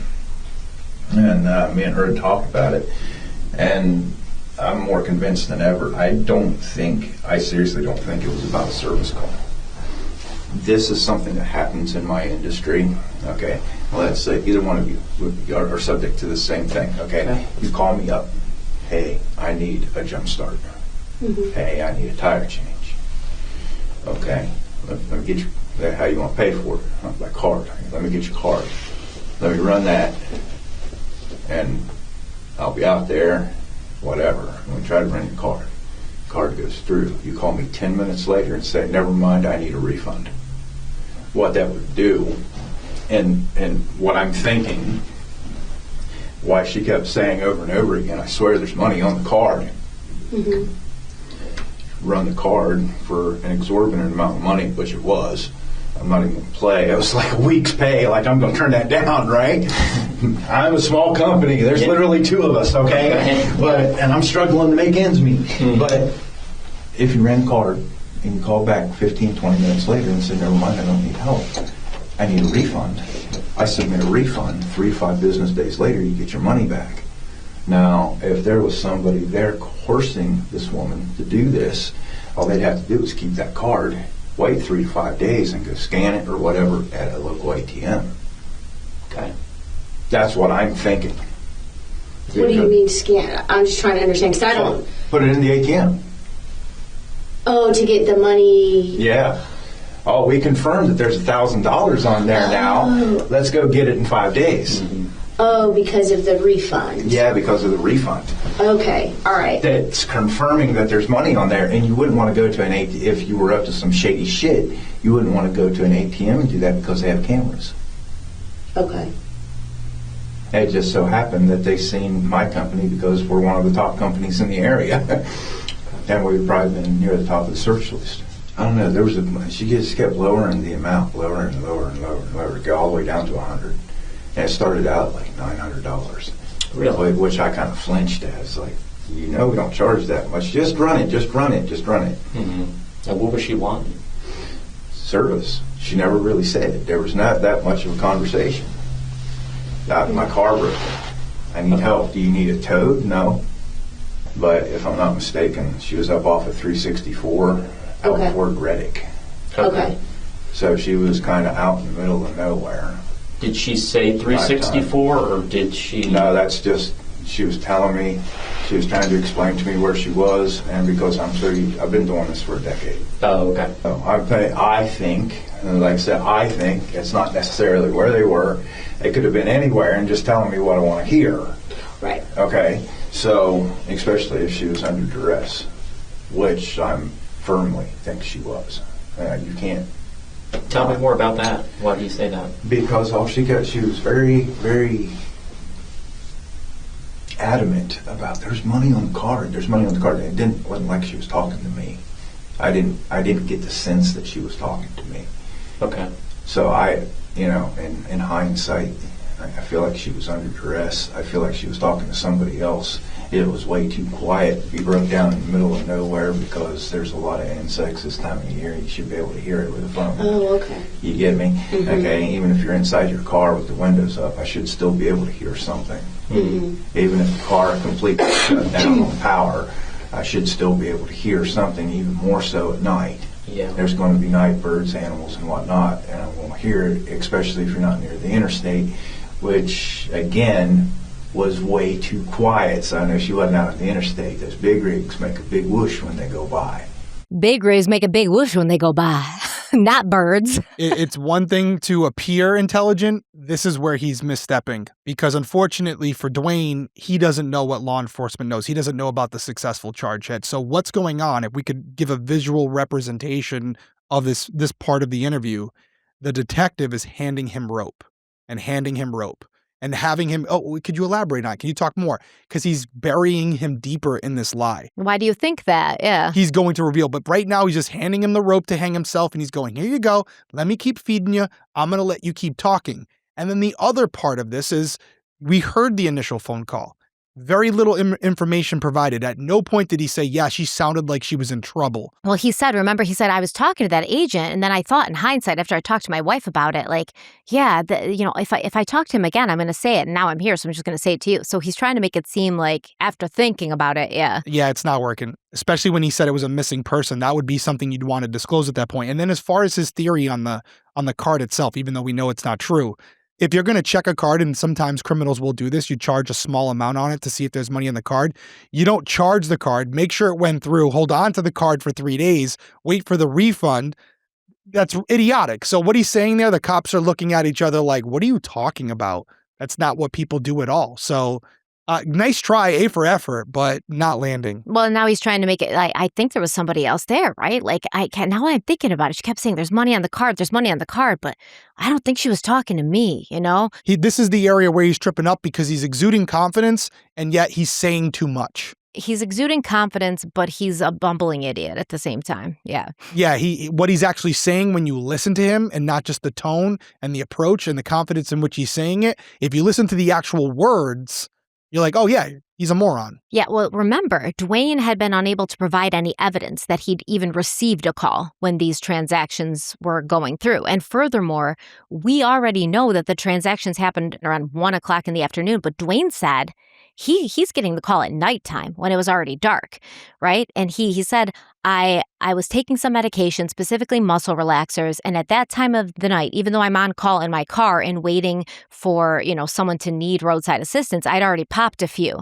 But then he switches gears. He very seamlessly switches gears when the agents asked him where he was when he received the call. And where he says he was places him in the exact area of the Airbnb that Sonia had rented in Riddick, Florida. Where were you, when you were having this conversation? I was actually out in the other side of Riddick. Okay. I was out there on a different type of job. Okay. I'd gotten hired. Now I ain't telling you anything about this because I signed an NDA for the client. Okay. Okay. But if it comes down to it, and we need that information, and we desperately need that information, I'll break that NDA. But the reason why the NDA was there was because there's a high-profile client that has cars for people like Travolta and shit like that on his property, and doesn't want that shit all disclosed. What other side of Riddick? Man, we're talking about over that fucking way. Okay. Over that way, out in the middle of fucking, I don't even know what. It's out that way. Further away from the interstate? Oh, yeah. Oh, my God, yes. I drove for probably 30 minutes just to get out in the general area, and then I had to park my vehicle, leave my phone and everything else initially before they'd take me on out to the property. Tell me more about that. It's pretty important. I can't tell you more about that. Tell me why it's more important. Because it's different from what you told before. Yeah, because I wasn't asked these questions before. Well, now we're asking them, so that's why. Okay, so basically what happened was this dude had a bunch of cars out there, old shit. My favorite one was the 33 rat rod with the big 355 sitting down in it. Okay. And all chromed out and shit. And he basically had me out there doing maintenance on them. And he said he chooses a different company every year. And basically, if he goes through Yelp or whatever to find a small company, and then if they know what they're doing, because he'll sabotage his car on purpose to see if they know what they're doing. And I had his car fixed when he did that for me in 2 minutes. Okay. I walked up, try it now. Do you remember what he did to sabotage it? He just unplugged the wire Oh, okay. Yeah, he unplugged the wire that's kind of hidden down in there. Yeah. He has that shovel still from Walmart because he's digging a hole, man. We're going to take a quick break, but first I want you to know this is a man that Dwayne Hall is talking about, this guy with all these cars for John Travolta and this and that. He's going to call him Harold, okay? And Harold's got a very interesting backstory. So let's take a quick break and we'll be right back. This episode is brought to you by IQBAR, our exclusive snack and hydration sponsor. IQBAR protein bars, IQ Mix hydration mixes, and IQ Joe mushroom coffees are the delicious, low-sugar, brain and body fuel you need to win your day. And that's exactly the kind of fuel I need because some days are just back-to-back everything. Oh, every day, right? Recording, editing, working out, emails, life, meetings, appointments, pretending we're organized. Yeah, exactly. And when you're busy, it's like whatever you can grab. That's what's convenient. That's what you're going to go with. But convenience doesn't always mean helpful. No, sometimes convenient means you eat something and then 15 minutes later your body is like, why have you done this to us? And that's why we love IQBAR. Their Ultimate Sampler Pack is a great way to try everything because it comes with 9 IQ bars, 8 IQ Mix sticks, and 4 IQ Joe sticks. So you can get your protein bars, your hydration mixes, and mushroom coffees all in one pack. And I love that because I think if you're new to IQBAR, you want to try things and see which is your favorite flavor. And then once you do figure out what your favorite flavor is, you kind of want to stick to that. You don't want to commit to one flavor before you know what's all out there to choose from. That's right. And this way you can try the full lineup, and all IQBAR products are clean label certified and free from gluten, dairy, soy, GMOs, and artificial ingredients. They're also packed with functional ingredients like magnesium, lion's mane, and much more. Personally, what I have on my desk right now is the wild blueberry and the matcha chai.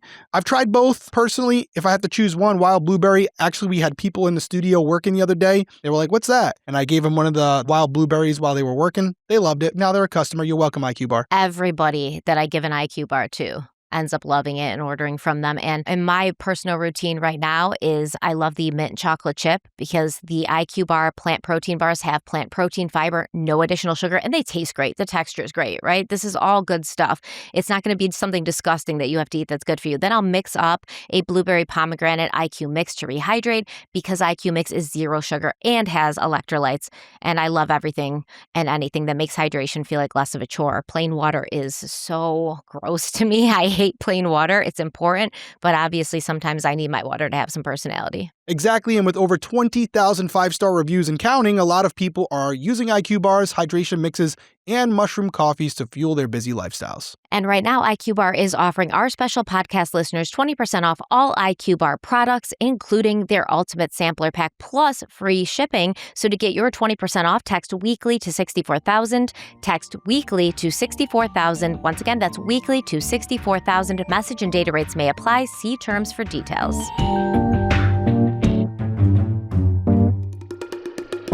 Okay, we're back. So this is the man that Dwayne Hall calls Harold. And he says the first time Harold called him was about 6 or 7 months prior. And that's when Harold tested Dwayne Hall. Remember, he'll like do something intentionally to his vehicle and see if he can fix it. And Dwayne Hall said that the test happened at a Cracker Barrel and he got paid $25, which is his standard service fee for a call.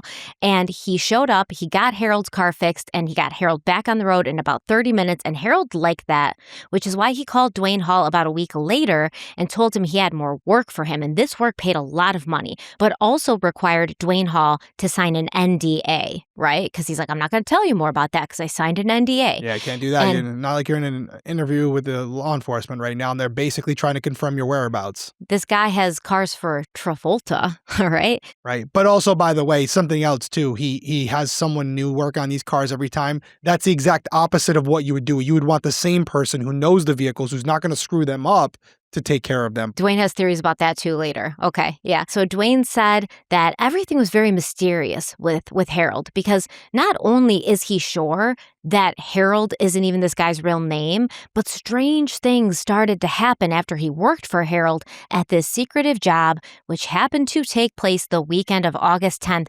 2025. Did he give you a copy of it? Is there any paperwork? Okay, so now that you're asking the direct questions, I can tell you about that too. Too bad I don't have my phone here, or I'd show you. Mm-hmm. For that time period, normally I have calls come in all hours of the day and night. Mm-hmm. Okay. Yeah. Okay. So on that weekend, when these transactions and interactions with this individual were taking place, they disappeared. I didn't delete them. Okay.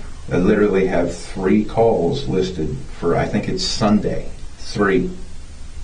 It's either Saturday or Sunday. There's 3 calls compared to 20, 30 a day that come into my phone. So did the calls come in and you were having those conversations and it wasn't logged, or you weren't getting calls at all? Calls were coming in.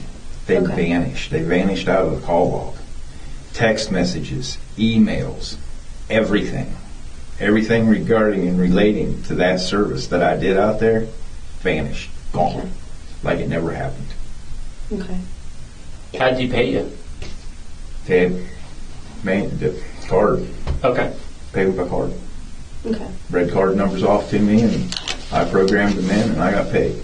Okay. I got paid $1,200 fucking fat dollars for like 36 hours of my time. Mm-hmm. Because after the NDA, I never seen him again. Okay. And he always sent a driver to come pick me up and take me whenever we were scheduled to go out there. Mm-hmm. So what was his name? It was Harold, and I can't remember. I'm shit with names.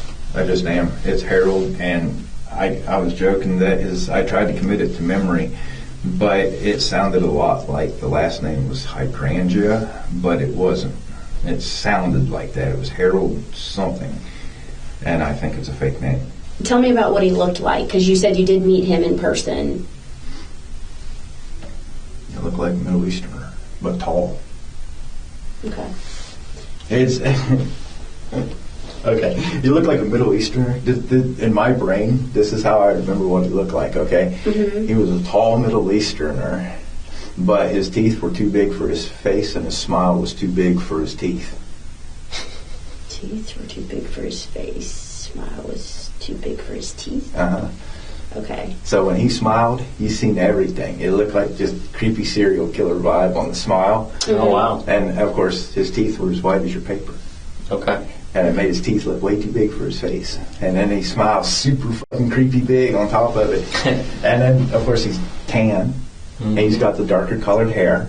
And it's just like, Yep.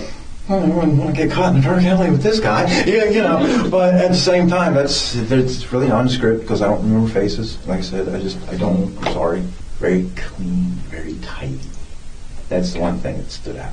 It don't have a hair out of place. Nothing. Just clean, tidy, very.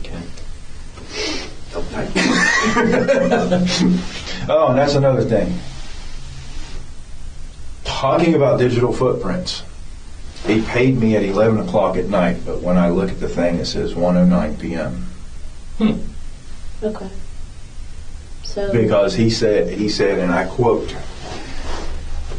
"My other truck was delayed and didn't come in, so I don't have the extra 20 vehicles for you, so you're done. Our contract is over." And he paid me. And then I went home that Sunday. Or I tried to go home that Sunday. But I was being followed. How so? I was being tailed. Tell me more about that. It was, I can't really tell you too much because I never got close enough. But it was either, it was along the lines, because they got these stupid ass new colors nowadays. They can't just be silver or gray. Okay, but it was on a color spectrum type from like a silvery tan color. You know what I'm talking about, right? When the vehicle color that gets out of that tan cream color and more into the charcoal color, the gray color, it was something like that, or maybe a silver color sedan. So it kind of depends on how the light's shining on it. Yeah. Okay. And it was blacked out. Okay. I mean, at least from my vantage point, it was blacked out. It freaked me out enough that I actually didn't go home. Okay. Tell me more about that. I got off like I was going to get off to go home. And I went past the entrance to where I would normally turn to go to my house, and I came back. I U-turned and come back because it's like, there's no way. There's coincidence, and maybe he's just getting off. Maybe he's going out through here. And I went and I came back, and then I noticed that they U-turned too, so I dipped into a side little spot, and I sat there for a few minutes until they left. until I thought they left. And then I zipped and took some back roads, and I sat there and waited. And I seriously sat there, and no, I don't know what the address is. I don't have my phone. But at the same time, I sat there and I waited for an hour. And they kept making passes on the main road. I know they could see the back of my vehicle, but I didn't care about that. They kept making passes on the main road, and then I left. And when I left, they pulled in and stopped right where I was. He's falling apart. I mean, he's got the tall tales. Yeah, man. everything is very elaborate, but nothing can be corroborated. It's a very detailed story to try to give it validity, and yet nothing can go back and be checked to ensure that it's true. Because the digital footprint disappeared. Yep, it disappeared, or it's not what I'm telling you it is. Like it was at 11 o'clock, but he paid me at 1. No, he said, listen, the digital footprint disappeared. And on that note, it's weird because like even the transaction where he paid me at 11 o'clock at night, it shows that it went through at 1. So these people associated with Harold are able to somehow get into your phone and make things disappear and also change financial transactions, by the way. Harold changed the oil for the CIA, apparently, or aliens.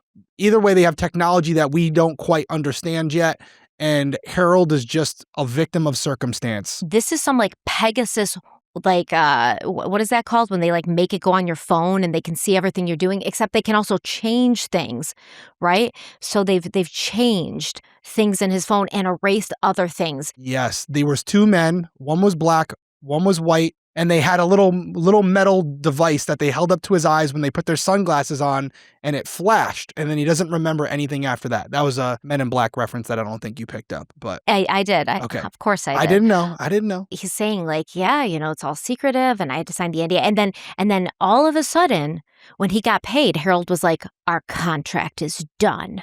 And he goes home, but he's being followed by the silvery, maybe gray car, maybe beige, kind of maybe gray beige, you know, when it shifts and he's got all these like, because he wants to talk about anything but the questions that he's being asked. And then he says he's being followed and he realizes he's being followed because I cut this part out. He's used to being followed by the police, right? So. And the interrogator's writing down on his notepad and like pretending like he's paying attention. I'm sure if I had that page he wrote, he's full of shit. When she's like, can you describe him? He's like, his teeth were too big for his mouth and his mouth's too big for his face. For a smile too big for his teeth. I was trying to play that in my head as well. I'm like, that doesn't make any sense. The detective, she's like, smile too big for, and she's like got her pen like posed over her notebook like she's gonna make notes about his description and she doesn't even know what to write. She's like, You can also see the physical cues too, right, Stephanie? Like he started off this interview where he was facing them, very direct, very poised.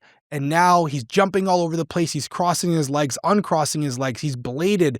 Then he's facing them again. He's laughing weirdly. He's uncomfortable now. There's an anxiety there. And his behavior is showing that. His demeanor has completely changed. He's trying to seem too casual. Right. He realizes what he's doing right now and that, oh my God, they go back and try to confirm any of this. It's going to expose me. But he's too deep in now where there's nothing else to do. And he knows it. Remember, he's like, okay, now you've asked me the direct questions. I can tell you. Oh, yeah. That I signed an NDA and I can't tell you. I'm trying to do my best here within the constraints I've been given to also cooperate with you. But he's nervous. He's very, very nervous. And he's saying he pulled over because he was being tracked on his way home and he didn't go home. And this is the weekend, right, where Sonia Exelby arrives in Florida and she goes missing and she doesn't make her return flight home on that following Monday. And his time period is he goes out there on Friday night and he's brought to this house where he's allowed to stay. And then every day he's got to be driven out to this other area that's like 15 minutes past the house. And that's where he's working on these cars. But he can't bring his phone, can't know where they're going because there's some driver. And then he comes back at night to sleep at the house. But then he was supposed to work till Sunday. But then Harold comes to him on Saturday and he's like, our contract is up. Here's your money, right? That he's going to pay him at approximately the same amount, right? Exactly the same amount that came from Sonia Exelby's card. So he pays him and then he's like, you're done. He spends the night there on Saturday. Sunday morning, he gets up to go home. He's being followed. He pulls over in the specific place and he's sitting there for like an hour because he's super nervous. And they're going to track this specific place where he said he was sitting. and they're going to find things there. So Dwayne Hall claims that when he left this undisclosed area on Sunday, he's followed. He tried to lose his tail. He ended up parking in an area for an hour, and he said he knew he was there for an hour because he smoked some dabs while he was waiting to calm his nerves. And anybody who knows about dabs, this is not a casual marijuana thing, okay? Like you just happen to have on you. But anyways, that's what he was doing. So Dwayne went on to explain that, like I said, he worked for Harold Friday and Saturday night, but he wasn't with Harold. He was just on his property, this house in Reddick, doing work for him. And then he would have to leave his phone at this place where he was staying before being driven about 15 minutes to another place where the cars were. And the cars, there were so many of them. There was like 6 of them in double lines. So there was like 12 cars, and Harold had every tool known to man because Harold told him very specifically, you can't bring anything of your own, not your phone, not your own tools, because I can't have anybody bugging or taking pictures or anything. So he had every tool known to man. And Dwayne said that the first place was this like mini apartment where Harold let him sleep while he was working. And then when he first got there on Friday, Harold let him inside. And that's when he signed the NDA inside this mini apartment. And then that first night he was instructed, leave your phone at the apartment. You're not allowed to have any electronic devices. You can't talk to anyone about what you're doing here. You can't take pictures. But he said the second night, Saturday night, he was able to sneak his phone to the location where he was working on the cars. He was very covert about it, and he stuck the phone in while he was being driven there. And he was able to talk to his wife, even though he had expressed many times to the agents that there was no service anywhere, not at the apartment, not at the location where he was working at. He said he thinks Harold jammed the signals, right? Because there's just no service, not Wi-Fi, not cell service. That alien technology, man. But on this night, Saturday night, he's able to get a call out to his wife, Ginger. And when he's on the call with his wife, Ginger, he hears an argument happening somewhere. He hears a woman and men yelling, and he hears an argument, and he says to his wife, oh, this is kind of crazy. Like, who knows what's going on with these people? But nothing else happens from there. And then Dwayne Hall said, oh, yeah, Friday night, by the way, Harold asked me to do something else for him before I went out to Reddick to do the job. And now we get to the worst part of the story that I'm dreading talking about altogether because I have a really bad feeling about it again. Like I said, really bad. This thing went from I'm not going to pay any attention to it to really bad, in my opinion, because of everything that happened. He called me up. I was working in Gainesville, shift ended at 6. He called me up and he said, hey, I need you to go pick somebody up from Gainesville Airport. Okay. I picked somebody up from Gainesville Airport, female. Tried to make small talk with them. They told me basically, and I'm barely even paraphrasing here, shut up, I don't talk to the help. Okay. This is what this person said?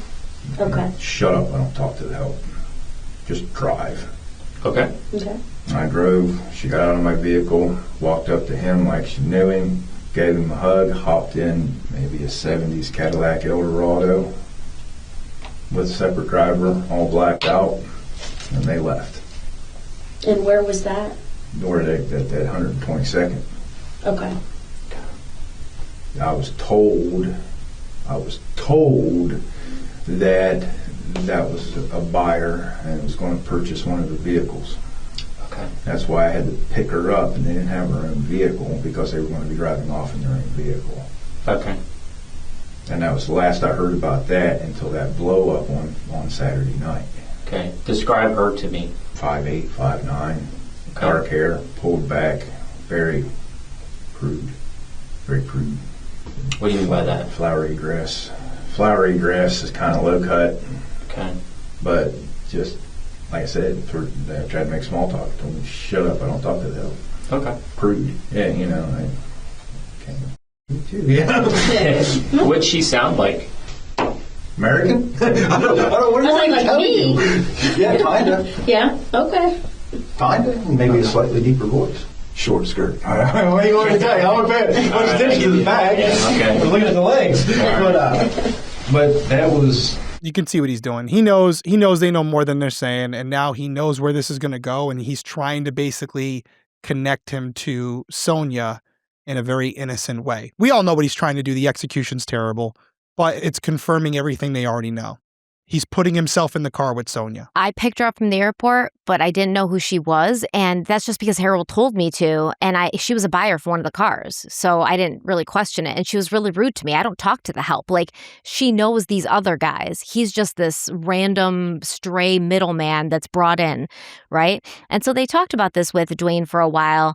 And they're asking, like, what did the house look like that you stayed in? Did anyone stay there with you? Did you ever see the woman again? And at some point, the agent, Joseph Miller, he got up and left the room, at which point Dwayne Hall had an epiphany. He had an epiphany after Rebecca McKenzie showed him a picture of Sonia Exelby. You described the person that you picked up at the airport, and I have a picture. Yeah, do you? I Show me. am hoping that maybe you can tell me if that's who it was. It is who it was. Okay. So, I don't need my glasses for that. You don't even need your glasses. I mean, the face is kind of up, but yeah, that's the dress. That's the dress? That's the dress, and the low cut. Okay. And the legs, like you said? Yeah. Are you sure you want to look at the legs again? Is that good? Okay. And now I'm just absolutely disgusted. No, I mean, like, seriously though, yeah, that's her. That's her? That's okay. her. So this. If you'd have had a picture a long time ago, I could have told you, oh my God! That's her, huh? Oh my God, she was in my vehicle. So let's talk about that. Tell me more about that drive. It was quiet. I just listened to music. Okay. I had Spotify on. You don't want to talk to me, I don't want to talk to you anyway. F*** you. Yeah. No, I hear that. I'm here to do a job. I don't give a shit about much else at this point anyway. I have a wife and I ain't interested in other women any way. Yeah. What if, right? Mm-hmm. What if they do this every year? What if this Harold guy does this every year? What if he does find some small company, like some startup company that does like the mechanical end of it? Mm-hmm. What if he really does that every year? What if that's for real? Mm-hmm. What if there's a different person that goes missing every year that is related to that? Mm-hmm. Because that's f***ed up. Mm-hmm. That's f***ed up. And then there was a big thing, and then the phone call got money, and then this, that, and the other. And when we start connecting the dots like me and her did, what if this is some kind of underground thing where they get unsuspecting people, especially like Calvin told me she was suicidal anyway. Mm-hmm. What if she signed up for something and they predator these young women or men that are suicidal like that, and then just they vanish? Yeah, that's interesting. So I mean, I've heard worse shit. I mean, especially since he name dropped that. He name dropped that. It was really weird that he name dropped like this, and then make me sign an NDA. But he name dropped that he was storing vehicles for Travolta, Terry Bollea, the Hulk Hogan family. Oh, okay. And Tom Cruise. Okay. What if some kind of up Scientology bullshit behind the scenes, and going and working on the cars was just a cover story to get you involved? Yeah. What am I going to do? I'm nobody.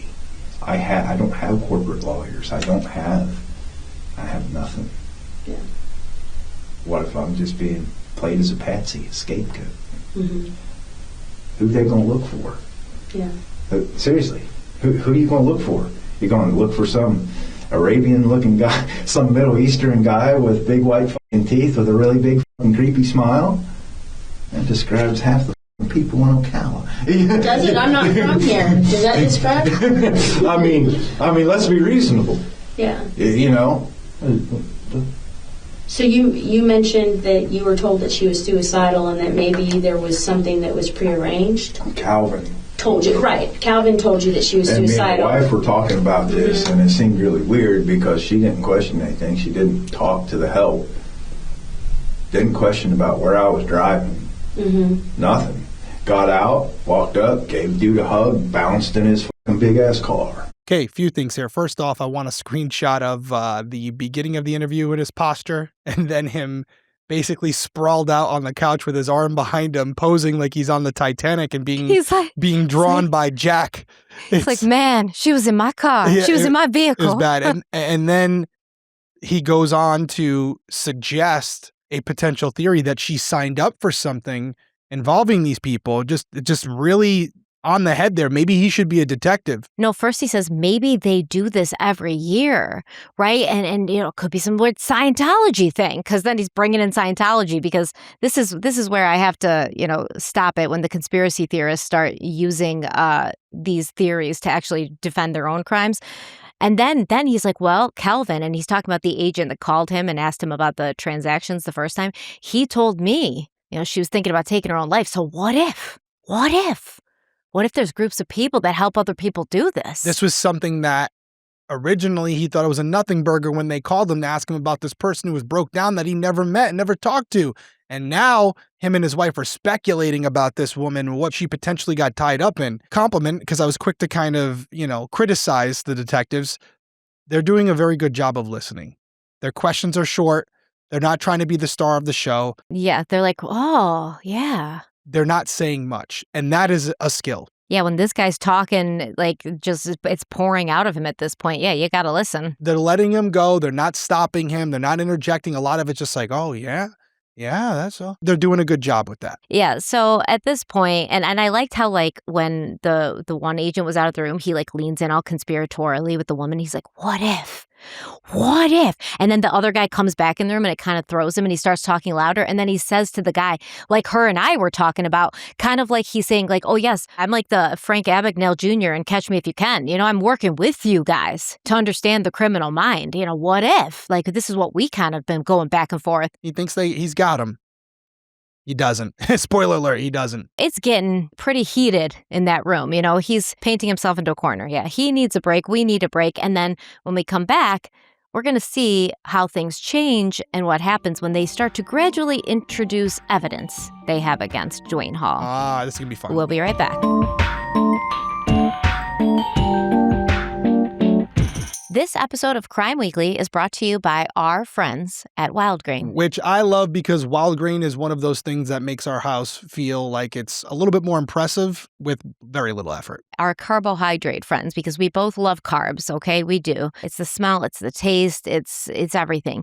You bake sourdough, seasonal pastries, or artisanal pastas, and suddenly everyone's like, wow, you really planned ahead. Yeah, even if the plan was just opening the freezer. Yeah, and I mean, even if it's just you coming home after a long day of work and you're heating up a can of soup, make some sourdough bread with it, because all of a sudden, it's not just a can of soup anymore. Wildgrain delivers sourdough breads, seasonal pastries, and French butter, okay? We talk about the French butter all the time. Love our French butter. And all of this stuff is made by small independent bakeries. Everything bakes straight from frozen in 25 minutes or less, which is great. So you can have freshly baked favorites whenever you want them. Yeah, exactly. In the straight from frozen part, that's really key because something tells us that, you know, if you have to thaw it overnight, you're not going to do it. It's just most of us are not going to go there, which is why I love that. Hey, I think about it, I take it out, I put it in the oven, and I'm good to go. Yeah, they have these delicious, huge, soft cookies. And sometimes you just feel like a warm cookie out of the oven. And you're not going to make the dough and do all this stuff. Okay, so you can have these cookies. Amazing. They taste so good. Within 25 minutes, it's actually realistic. You can pull something out of the freezer, bake it, and in under half an hour, you have it in your hand and then in your stomach. And the ingredients are simple, too, because unlike a lot of grocery store options, Wildgrain uses simple, recognizable ingredients and a slow fermentation process, which is often easier to digest. And that quality really makes a difference. Their warm, crispy sourdough is so good. It turns a normal can of soup into a little bakery quality experience at home. Yeah, that's the kind of thing where you say you're just going to have one slice. The whole loaf disappears. It's a cold case. And I love that the boxes are customizable, so you can choose what you want in there. You can also choose gluten-free, vegan, or protein options, so it's easy to build a box that actually works for you, your household, everyone in it. Yeah, it's good for weeknights, family meals, hosting, whatever you need, Wildgrain's got you covered. Exactly. That is a very important emergency kit to have at home because somebody might stop over for coffee, and now you can give them cookies. You'll thank us later. And they're going to have a better opinion of you. So if you're looking for an easy way to enjoy bakery quality bread at home, we definitely recommend giving Wildgrain a try. Wildgrain has more than 40,000 five-star reviews I'm not surprised by that. They were named USA Today's Best Food Subscription Box 3 years in a row. Plus, they have award-winning croissants. We love the croissants. Chocolate croissants, regular croissants, they're all good. All croissants. I don't discriminate. All croissants. Visit wildgrain.com/crimeweekly to get $30 off your first box plus free croissants for life. Again, that's wildgrain.com/crimeweekly for $30 off your first box and free croissants for life. Or you can just use promo code CRIMEWEEKLY at checkout.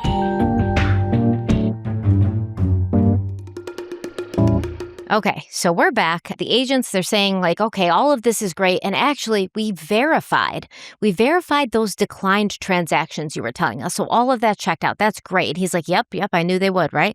And then they're like, but actually, we also verified a transaction that actually went through. And this is the one that you claimed was Harold paying you for the job that weekend. And we've confirmed that transaction went through. And then we were also able to verify the $1,200 transaction that you talked about. Now you're going to tell me that you verified that and it came back to her too. Why would What you makes say you that? think that? Why would you bring up that you verified the $1,200 transaction and not the other transactions that were there? Because those were the transactions that happened around the time that you said that she called you. All right. So that would be why. Okay, well, still, you know. I feel like you should be sitting. I feel like you should be sitting in this chair. So you are too smart for my English sometimes. Yeah. But yeah, it's. Am I right though? Yep. So I'm a. So can I keep the money? I already spent it and I can't pay it back. I'm sure you spent it on things that were important because you're taking care of your wife. So can you help me explain how that happened? What you think, how that happened? Because you said you felt like you were being set up, so. Yep, and he's realizing the tides are turning. Yeah, he's like, oh, now you're going to tell me it came back to her, too. And she's like, why would I tell you that? And he's like, am I right, though? She's like, yep. Yeah, you're right. You're right. No, they're keeping their composure. They're not pushing him. They're just taking him down the road and allowing him to keep making wrong decisions every single time. So this is their first time where they're like, oh, by the way, we know more than you think. You were hoping that little detail we didn't find out, we didn't do our job. Sorry. Yeah, we figured it out.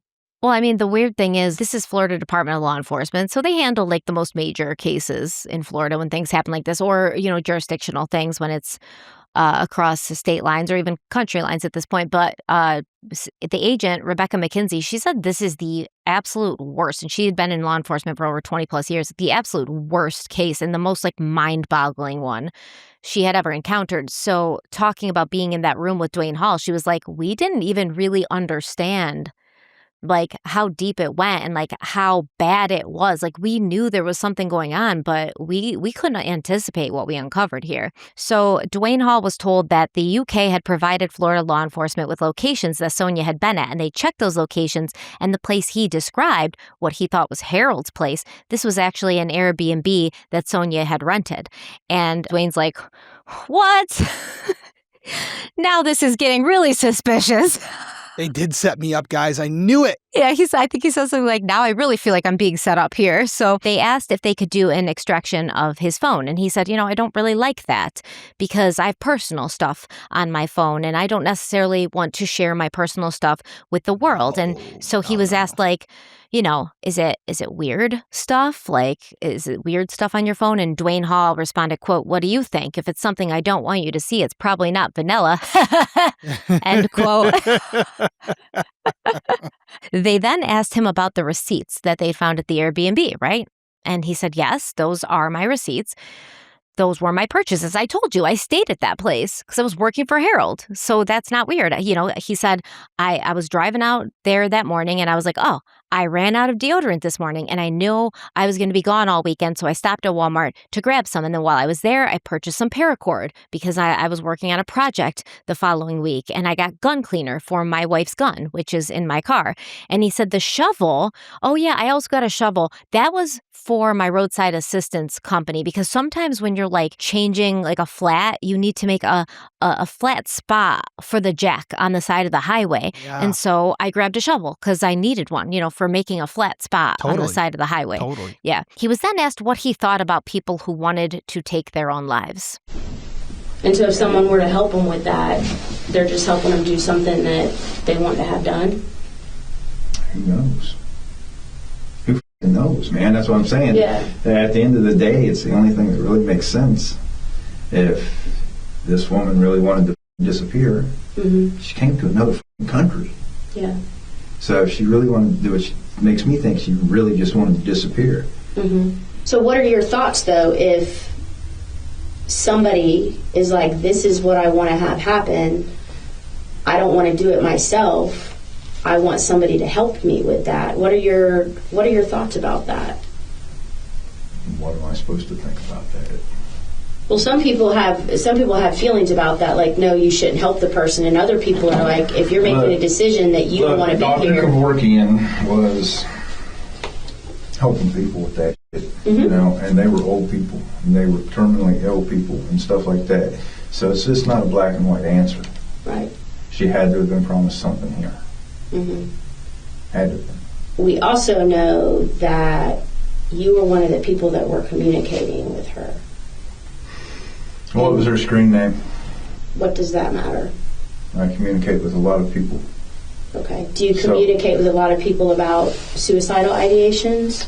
We have a lot of, I used to communicate with a lot of people that it was a porn site, and there was a lot of fantasy role play that happened there. But if you tell me your screen name, maybe I'll have a better idea what you're talking about.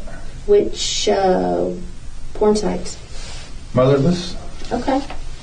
Yeah. So you communicated with her on Motherless? I don't know, but if you're saying that I communicated with her, there's a good possibility that's where it was. And if you tell me which one it was, then if you tell me the screen name, I'll be able to confirm or deny. Well, I'd like to talk more about the conversations that you have on Motherless, and if you communicated. It was months ago. I lost my account there. I got banned. Okay. That's hard to do. No, it's not. Really? Not on Motherless? I've been on Motherless, so I mean, pretty much to me, everything's fair game. You on would there. think, right? I don't even know why. I always get banned for terms of service violation. So what kind of stuff did you like to talk about on Motherless? And you're not going to shock me because, like I said, I've been on Motherless. Let's see. Hard bondage. Okay. I like hard bondage. Okay. Like all sorts of things. All kinds of disgusting crap, but some of it's not so disgusting, but a lot of it. Well, I don't necessarily consider it disgusting. It's disgusting. When you get into certain aspects of it, it gets a little bit more out of my wheelhouse. Well, what's disgusting to you may not be disgusting to me, right? What's disgusting to me may not be disgusting to you. Like, it's all in preference. And Motherless is full of people with preferences. Yep, it absolutely is. Yeah. I enjoyed it while I was there, but I may occasionally have the violent ideations or whatever, but at the same time, it's better left on paper. Yeah, no, I hear that. I mean, there's a lot of people that leave it on paper. So what type of violent ideations?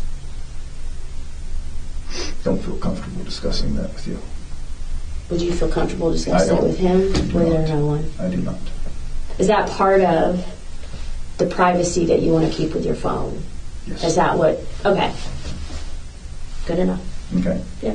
Yeah, it's just part of the privacy. So the reason why I'm having this discussion with you is that our missing person was also involved in those types of fantasies and violent ideations, as well as suicidal. That somehow doesn't surprise me. Right?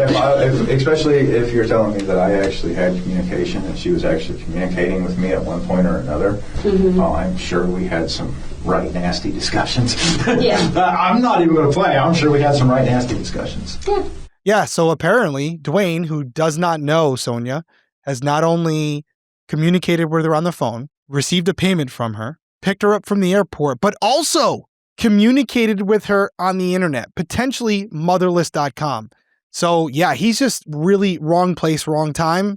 Feel bad for Dwayne. I understand how sometimes This is what happens to him, though. Don't you understand? He's a target. He's a target for these setups. And I do want to retract my statement. Well, it was more geared towards the male investigator anyways, but I actually like this in a female investigator. Yeah, she's trying to relate. She's like, I've been on there, you know? I find her approach, her demeanor great. I just really like her style. She's with the FDLE. It seems like the other guy is with local. No, they're both FLDE. Yeah, I believe so. Well, maybe FDLE, but he's from that area because when he mentioned, a lot of the people out here are like Ocala, she looked at him and was like, oh, are they? Because I'm not from here.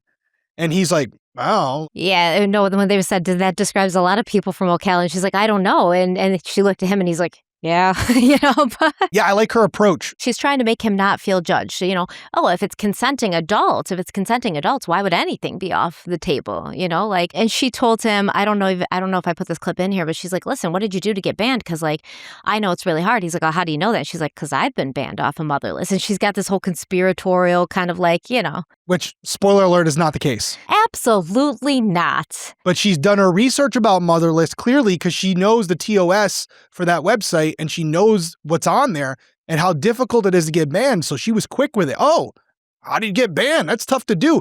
And by the way, if I had access to everything, more than likely, she already knows his screen name, knows he got banned, and knows what he got banned for because maybe she's already gotten a warrant from Motherless where she had the access to see why they were banned. This, again, I might be giving her too much credit, but she may already have the answers to these questions. But he didn't get banned. He's just lying. Yeah, he's trying to make it seem like I haven't been on there in forever. He's like, listen. Yeah. Well, she has access to his account. We'll put it that way. And he's going to say later, I used to be into that kind of stuff, but then my wife almost died. When you come face to face with that, that kind of stuff seems less. Changes the man. Appealing. And she's trying to pull things out of him. Here's how I know he's not feeling as confident. Because remember at the beginning, he's like, well, why don't you tell me? Because you wouldn't know that. You wouldn't be asking me if you didn't know. But now she's like, we know you talked to our victim or she was into those same things and we think you may have talked to her. And he's like, what's her screen name? And she's like, why does that matter? And he's like, well, because if I talked to her, I'd know her by screen name. Instead of saying to them, like he would have at the beginning, well, you must already know that I've talked to her because you wouldn't be asking me this if you didn't. So now he's trying to seem real like lamb in the woods, right? Like, well, what's your I talked to a lot of people online. He's not doing the same hey, if you're not going to directly ask me questions, I'm not going to directly answer. He has no confidence, no swagger anymore. And now he's trying to seem almost like, oh, that stuff on Motherless, it gets real bad, real bad. I mean, I enjoyed it, but some of it goes too far. He's trying to put this moral high ground. Yeah. Well, that's the thing, right? Every single question she posed to him, he had some cockamamie story about it and an explanation for it from picking her up to this guy, Harold, all that. But when she asked him specifically, directly, what are you into? What do you post on there? What is it? I don't feel comfortable talking about that. Yeah. I want to respect my privacy because he knows there's no answer he can give that's going to make him look good considering what they're talking about. And I'm sure it would have been something along the lines of tying women up, assaulting them, maybe suicidal ideation. Not self-harm on his part. No, but him hurting others. Putting harm on others, yes. And so he can't answer it because there's no way to spin that where it's going to look good. And at this point, he probably realizes they're going to be able to go back and track my postage history. You're over here I was looking at that girl's legs, blah, blah, blah. And as soon as you realize what they had, you're like, I have a wife. I'm not interested in other women. It's just ridiculous. So eventually, Dwayne Hall was told they knew Sonia had come to the United States to have someone end her life. And they knew that she was with Dwayne. And he continued on denying that she'd been with him at the Airbnb. He was then told they were going to have the house forensically processed. And they were like, you know what we're going to find? We're going to find bodily fluids and we're going to be able to distinguish who those fluids belong to and where they came from, essentially, right? So they were like, you need to be honest. It's okay. If you guys had sex, there's no crime against that.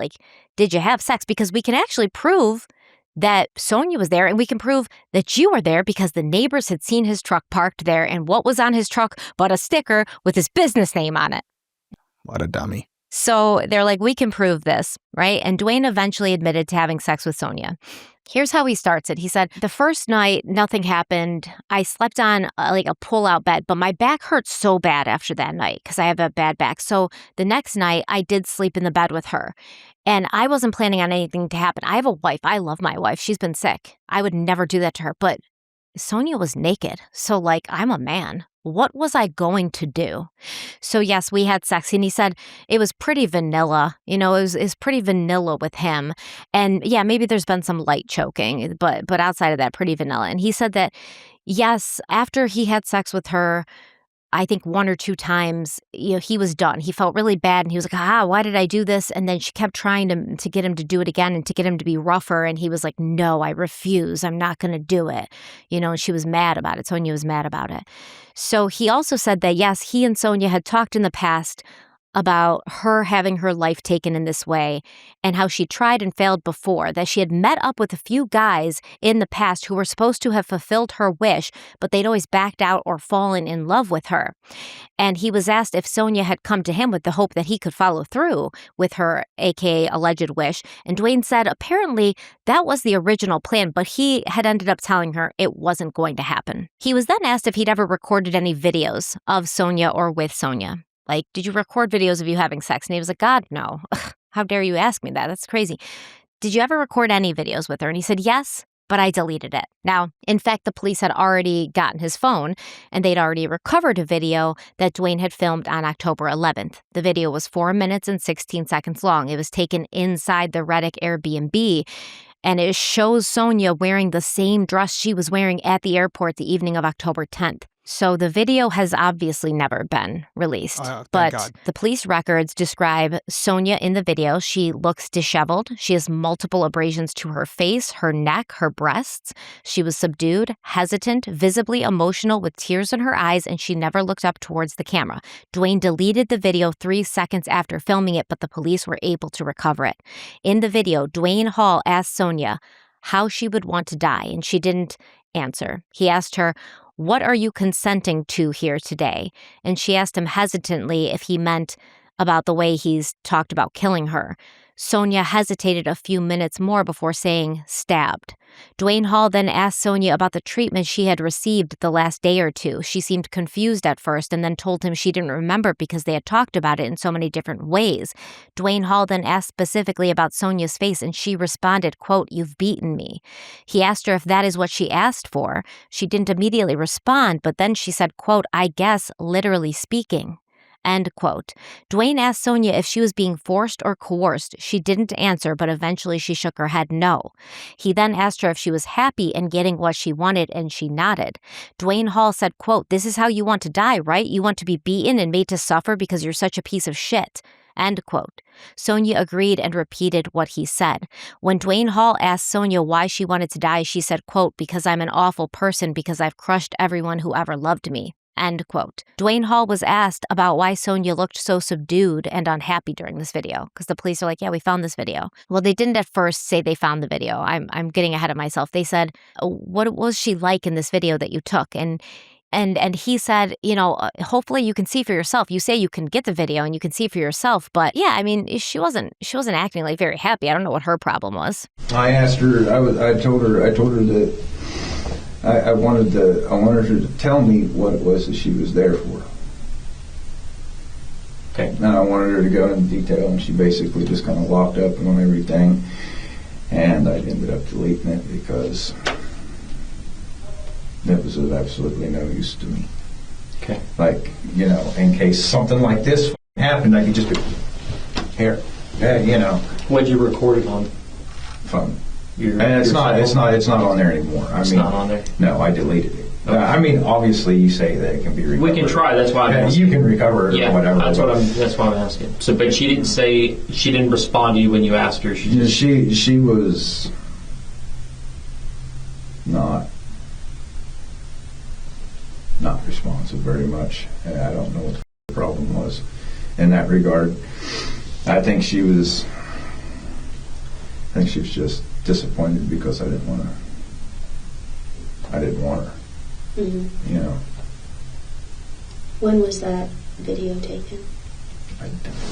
You're asking the wrong question. I don't know.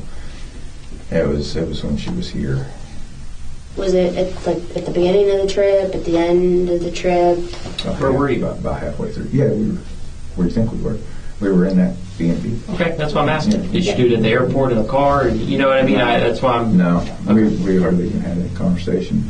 If it would have been, if I was actually going to be the one to finalize all that shit, and I can say this honestly because I'd considered it before, because I'm not about, okay, look, I had a very bad past, and the last thing I wanted to do is have that to come back to haunt me in any way, shape, or form. So getting blood on my hands, I will say it again, is not something that I intended to do outside of a life and death circumstance. So if it would have been me, I would have took her down the alligator alley and dropped her off. Mm-hmm. And told her to pick a direction and walk. Because if you don't want to do it yourself, and I don't want to do it, go to the wildlife. We have a ton of that here in Florida. It's not particularly violent, though, so it doesn't really feed into how she wanted it to happen. It could have. I could have very well accommodated her on that end of it, at the very end of it, and then just sent her off in a daze into the swamp. Okay. See? Man. Yeah. But, like I said, that was before.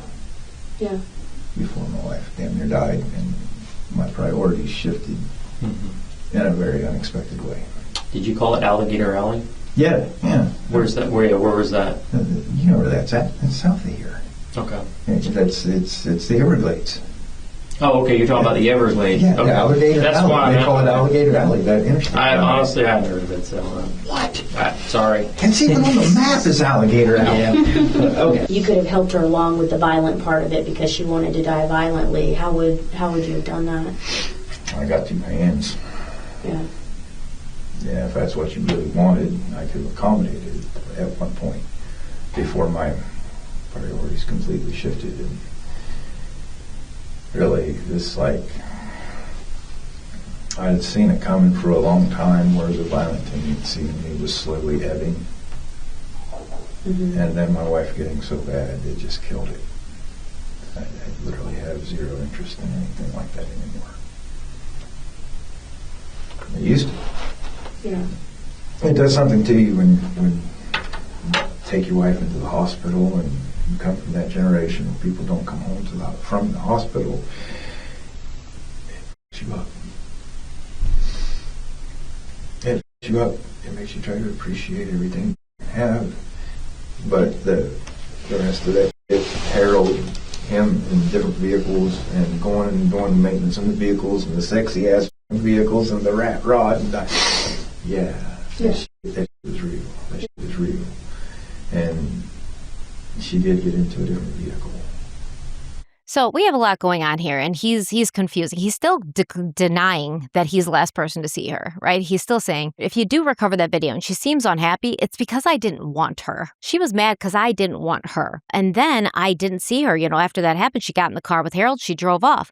But I could have helped her if she really wanted to die, and I wasn't going to do it because I'm not getting blood on my hand again. He said, I'm not getting blood on my hands again. I don't know if you caught that. I did. What the hell does that mean, right? So I'm not getting blood on my hands again. I wasn't going to do that. I would have just dropped her off at Alligator Alley. And then Agent McKenzie is like, yeah, but that's not violent the way she would have wanted it. And he says, well, I could have been. Could have been. I could have accommodated her on that. She's like, what do you mean? Well, I got two hands. Right? So he's basically saying I could beat the shit out of her and then send her down Alligator Alley to let the alligators do the work, because then I'm not killing her. He's like, but that was the old me. Yeah, before my wife was sick, I had these violent tendencies and they were getting out of control. I could feel it. I could feel them growing in me. But after my wife died, when you come face to face, and he starts crying, and he's all upset. When you come face to face with that, well, it changes a man. But old me, I could have beat the shit out of her and sent her off to die, but new me, no. Could never do that, right? And it's very confusing the way he's kind of going back and forth. Well, because at this point, he doesn't know the video has him saying, you want me to kill you this way because you're a piece of shit. I filmed the video in case something like this would happen. Right. But in the video, he's not turning her down. He's saying, hey, you wanted me to do this. He was saying, if you see the video, I filmed that, in case, but I never did end up doing anything. But he's saying something changed with his wife, but what changed in the hours that you were with her when you recorded that video where you're saying, I just beat the shit out of you? Exactly. So it's like nothing changed. You recorded the video. You're admitting to beating her up. Exactly. But he still is saying, no, not me. Now, there's a lot to discuss here, right, as we go on in the series, as far as the conversation of Sonia obviously flying to Florida of her own free will, right? Getting into Dwayne Hall's Jeep of her own free will after having conversations about what was supposed to have happened that weekend, right? Very well planned out. There's a lot of conversations. He didn't go and kidnap her. He didn't force her to fly from a different country. Didn't lure her there under some false pretense. I think it's very clear this man's been arrested. He goes to trial in November. This is the defense he's going to try to use, right? This is the defense he's going to try to use.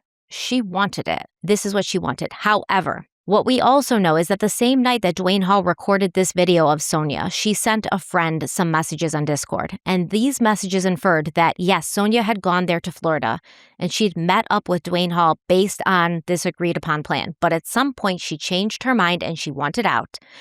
But at this time, she realized there was no way out. And we're going to read those messages. We also need to talk about the fact that although this has not gone to trial yet, there's a lot of evidence that Dwayne Hall was not the only person who knew about what was happening with Sonia. Or, I think, with others. Because when he's talking, he's like, what if they do this? What if they lure women here and kill them? I personally think he's talking from experience. And I think he has worked with other people to do just that. Yeah. And that's why he's talking about not getting blood on his hands again. And I think that was a slip. Yeah, I think you might be right. I mean, overall, maybe in the past, the targets that he kind of groomed into coming out there were people who didn't have connections at home. So there wasn't anybody looking for him. But they kind of try to make it seem like when Sonia's talking to her sister and she's like, there's this network of men and they're luring women out there, that it was kind of a cover. Like, oh, I am doing this stuff and I kind of want to show somebody, but I don't want you to think I'm doing this of my own free will. I want you to think I'm like onto this big story. And I think that both things can be true. So at some point, I have to wonder, was Sonia actually onto something when she told her sisters there was a network of men in the United States that lured women there to torture and kill them? Can it kind of be like both things can be true at once? She knew about this network because she'd been investigating them. And yes, maybe initially she wanted to try and use that to accomplish her goal, because depression is a tricky thing, right? Having these thoughts of harming yourself, feeling inadequate, feeling like you hurt everybody, so it's better if you're not there. It's a very tricky thing. We can't really understand exactly what was going on in her head. But maybe she was aware of this network, and that's why she went there to utilize this network. But that still means that there's a network that exists. And Dwayne Hall is just a part of it. And as far as this case specifically, there could have been, I'm going to use the word fetish, but like, or a desire, an ideation to die this way on the part of Sonia. But let's not downplay the fact that Dwayne had a fetish as well, an ideation of killing others. And so they were both accomplishing something that they wanted. And what more than likely happened, and we'll talk about it in the next episode and really break it down, but is that they both went there under those intentions, right, with that agenda. One person wanted to back out, but in Dwayne's mind, he was already committed. And there was no way he was going to not do what he wanted to do. That was what his ideation was, and he didn't change his mind. So that's where I'm leaning right now, but we're going to have to see the details for sure. And I also want to be very clear. Even if Sonia willingly and voluntarily went there, what he did is still murder. Yeah, oh yeah, even if there's a video of her saying, hey, he's about to kill me, I want him to do this. The assisted suicide laws, they're not everywhere, first and foremost. I don't know what they are in Florida. We'll get into that. But I know most of them, if not all of them, is only even applicable if someone has a terminal prognosis and it's within like a certain amount of months of their life ending. And I'm sure none of those laws include, it's absolutely okay to violently beat the shit out of somebody and torture somebody before you do this, right? It's usually a more humane method if there is any kind of support for those laws. So for him to sit there and at any point, which I think will be his defense, I did this because she wanted to. No, you did this because it's what you wanted. It fulfilled your fetish. It fulfilled your fantasy. And no point, I mean, we talked about it. She had a flight home in case she backed out, I think. So there was clearly already something in the back of her mind like, hey, I'm setting up a parachute. She sent a message to a friend, and in those messages, it was clear she changed her mind. And we're going to go over those messages? And we're going to go over those messages, Great. Yep. Yeah, no, I'm looking forward to getting into it. And the big question, and I'm sure you're going to get to it, is where's Sonia? Because that could answer a lot of questions for us. I don't know if she was found or not. I want to know more details. There's definitely a lot more here. And so I am looking forward to getting into part 2 and trying to get some of those details, including the Discord message and also whether or not Sonia was ever found. Because as Dwayne kind of alluded to in this episode, Florida has a lot of wildlife, a lot of places where someone can disappear and they're never found again, a lot of swamp areas. So looking forward to hearing how this case develops, and I can understand why you wanted to cover it. The video is also incredibly helpful because it gives you a firsthand perspective of some of the people out there. And as you said, and this is a tough way to end this episode, but this is not an isolated incident. There's other people out there like Dwayne and entire networks doing it. So this is a much bigger issue than just Dwayne. So we're going to get into it. We're going to talk about it next week. And if this episode doesn't prove it, please, everyone, stay safe out there, and we'll see you soon. Bye. See you next week.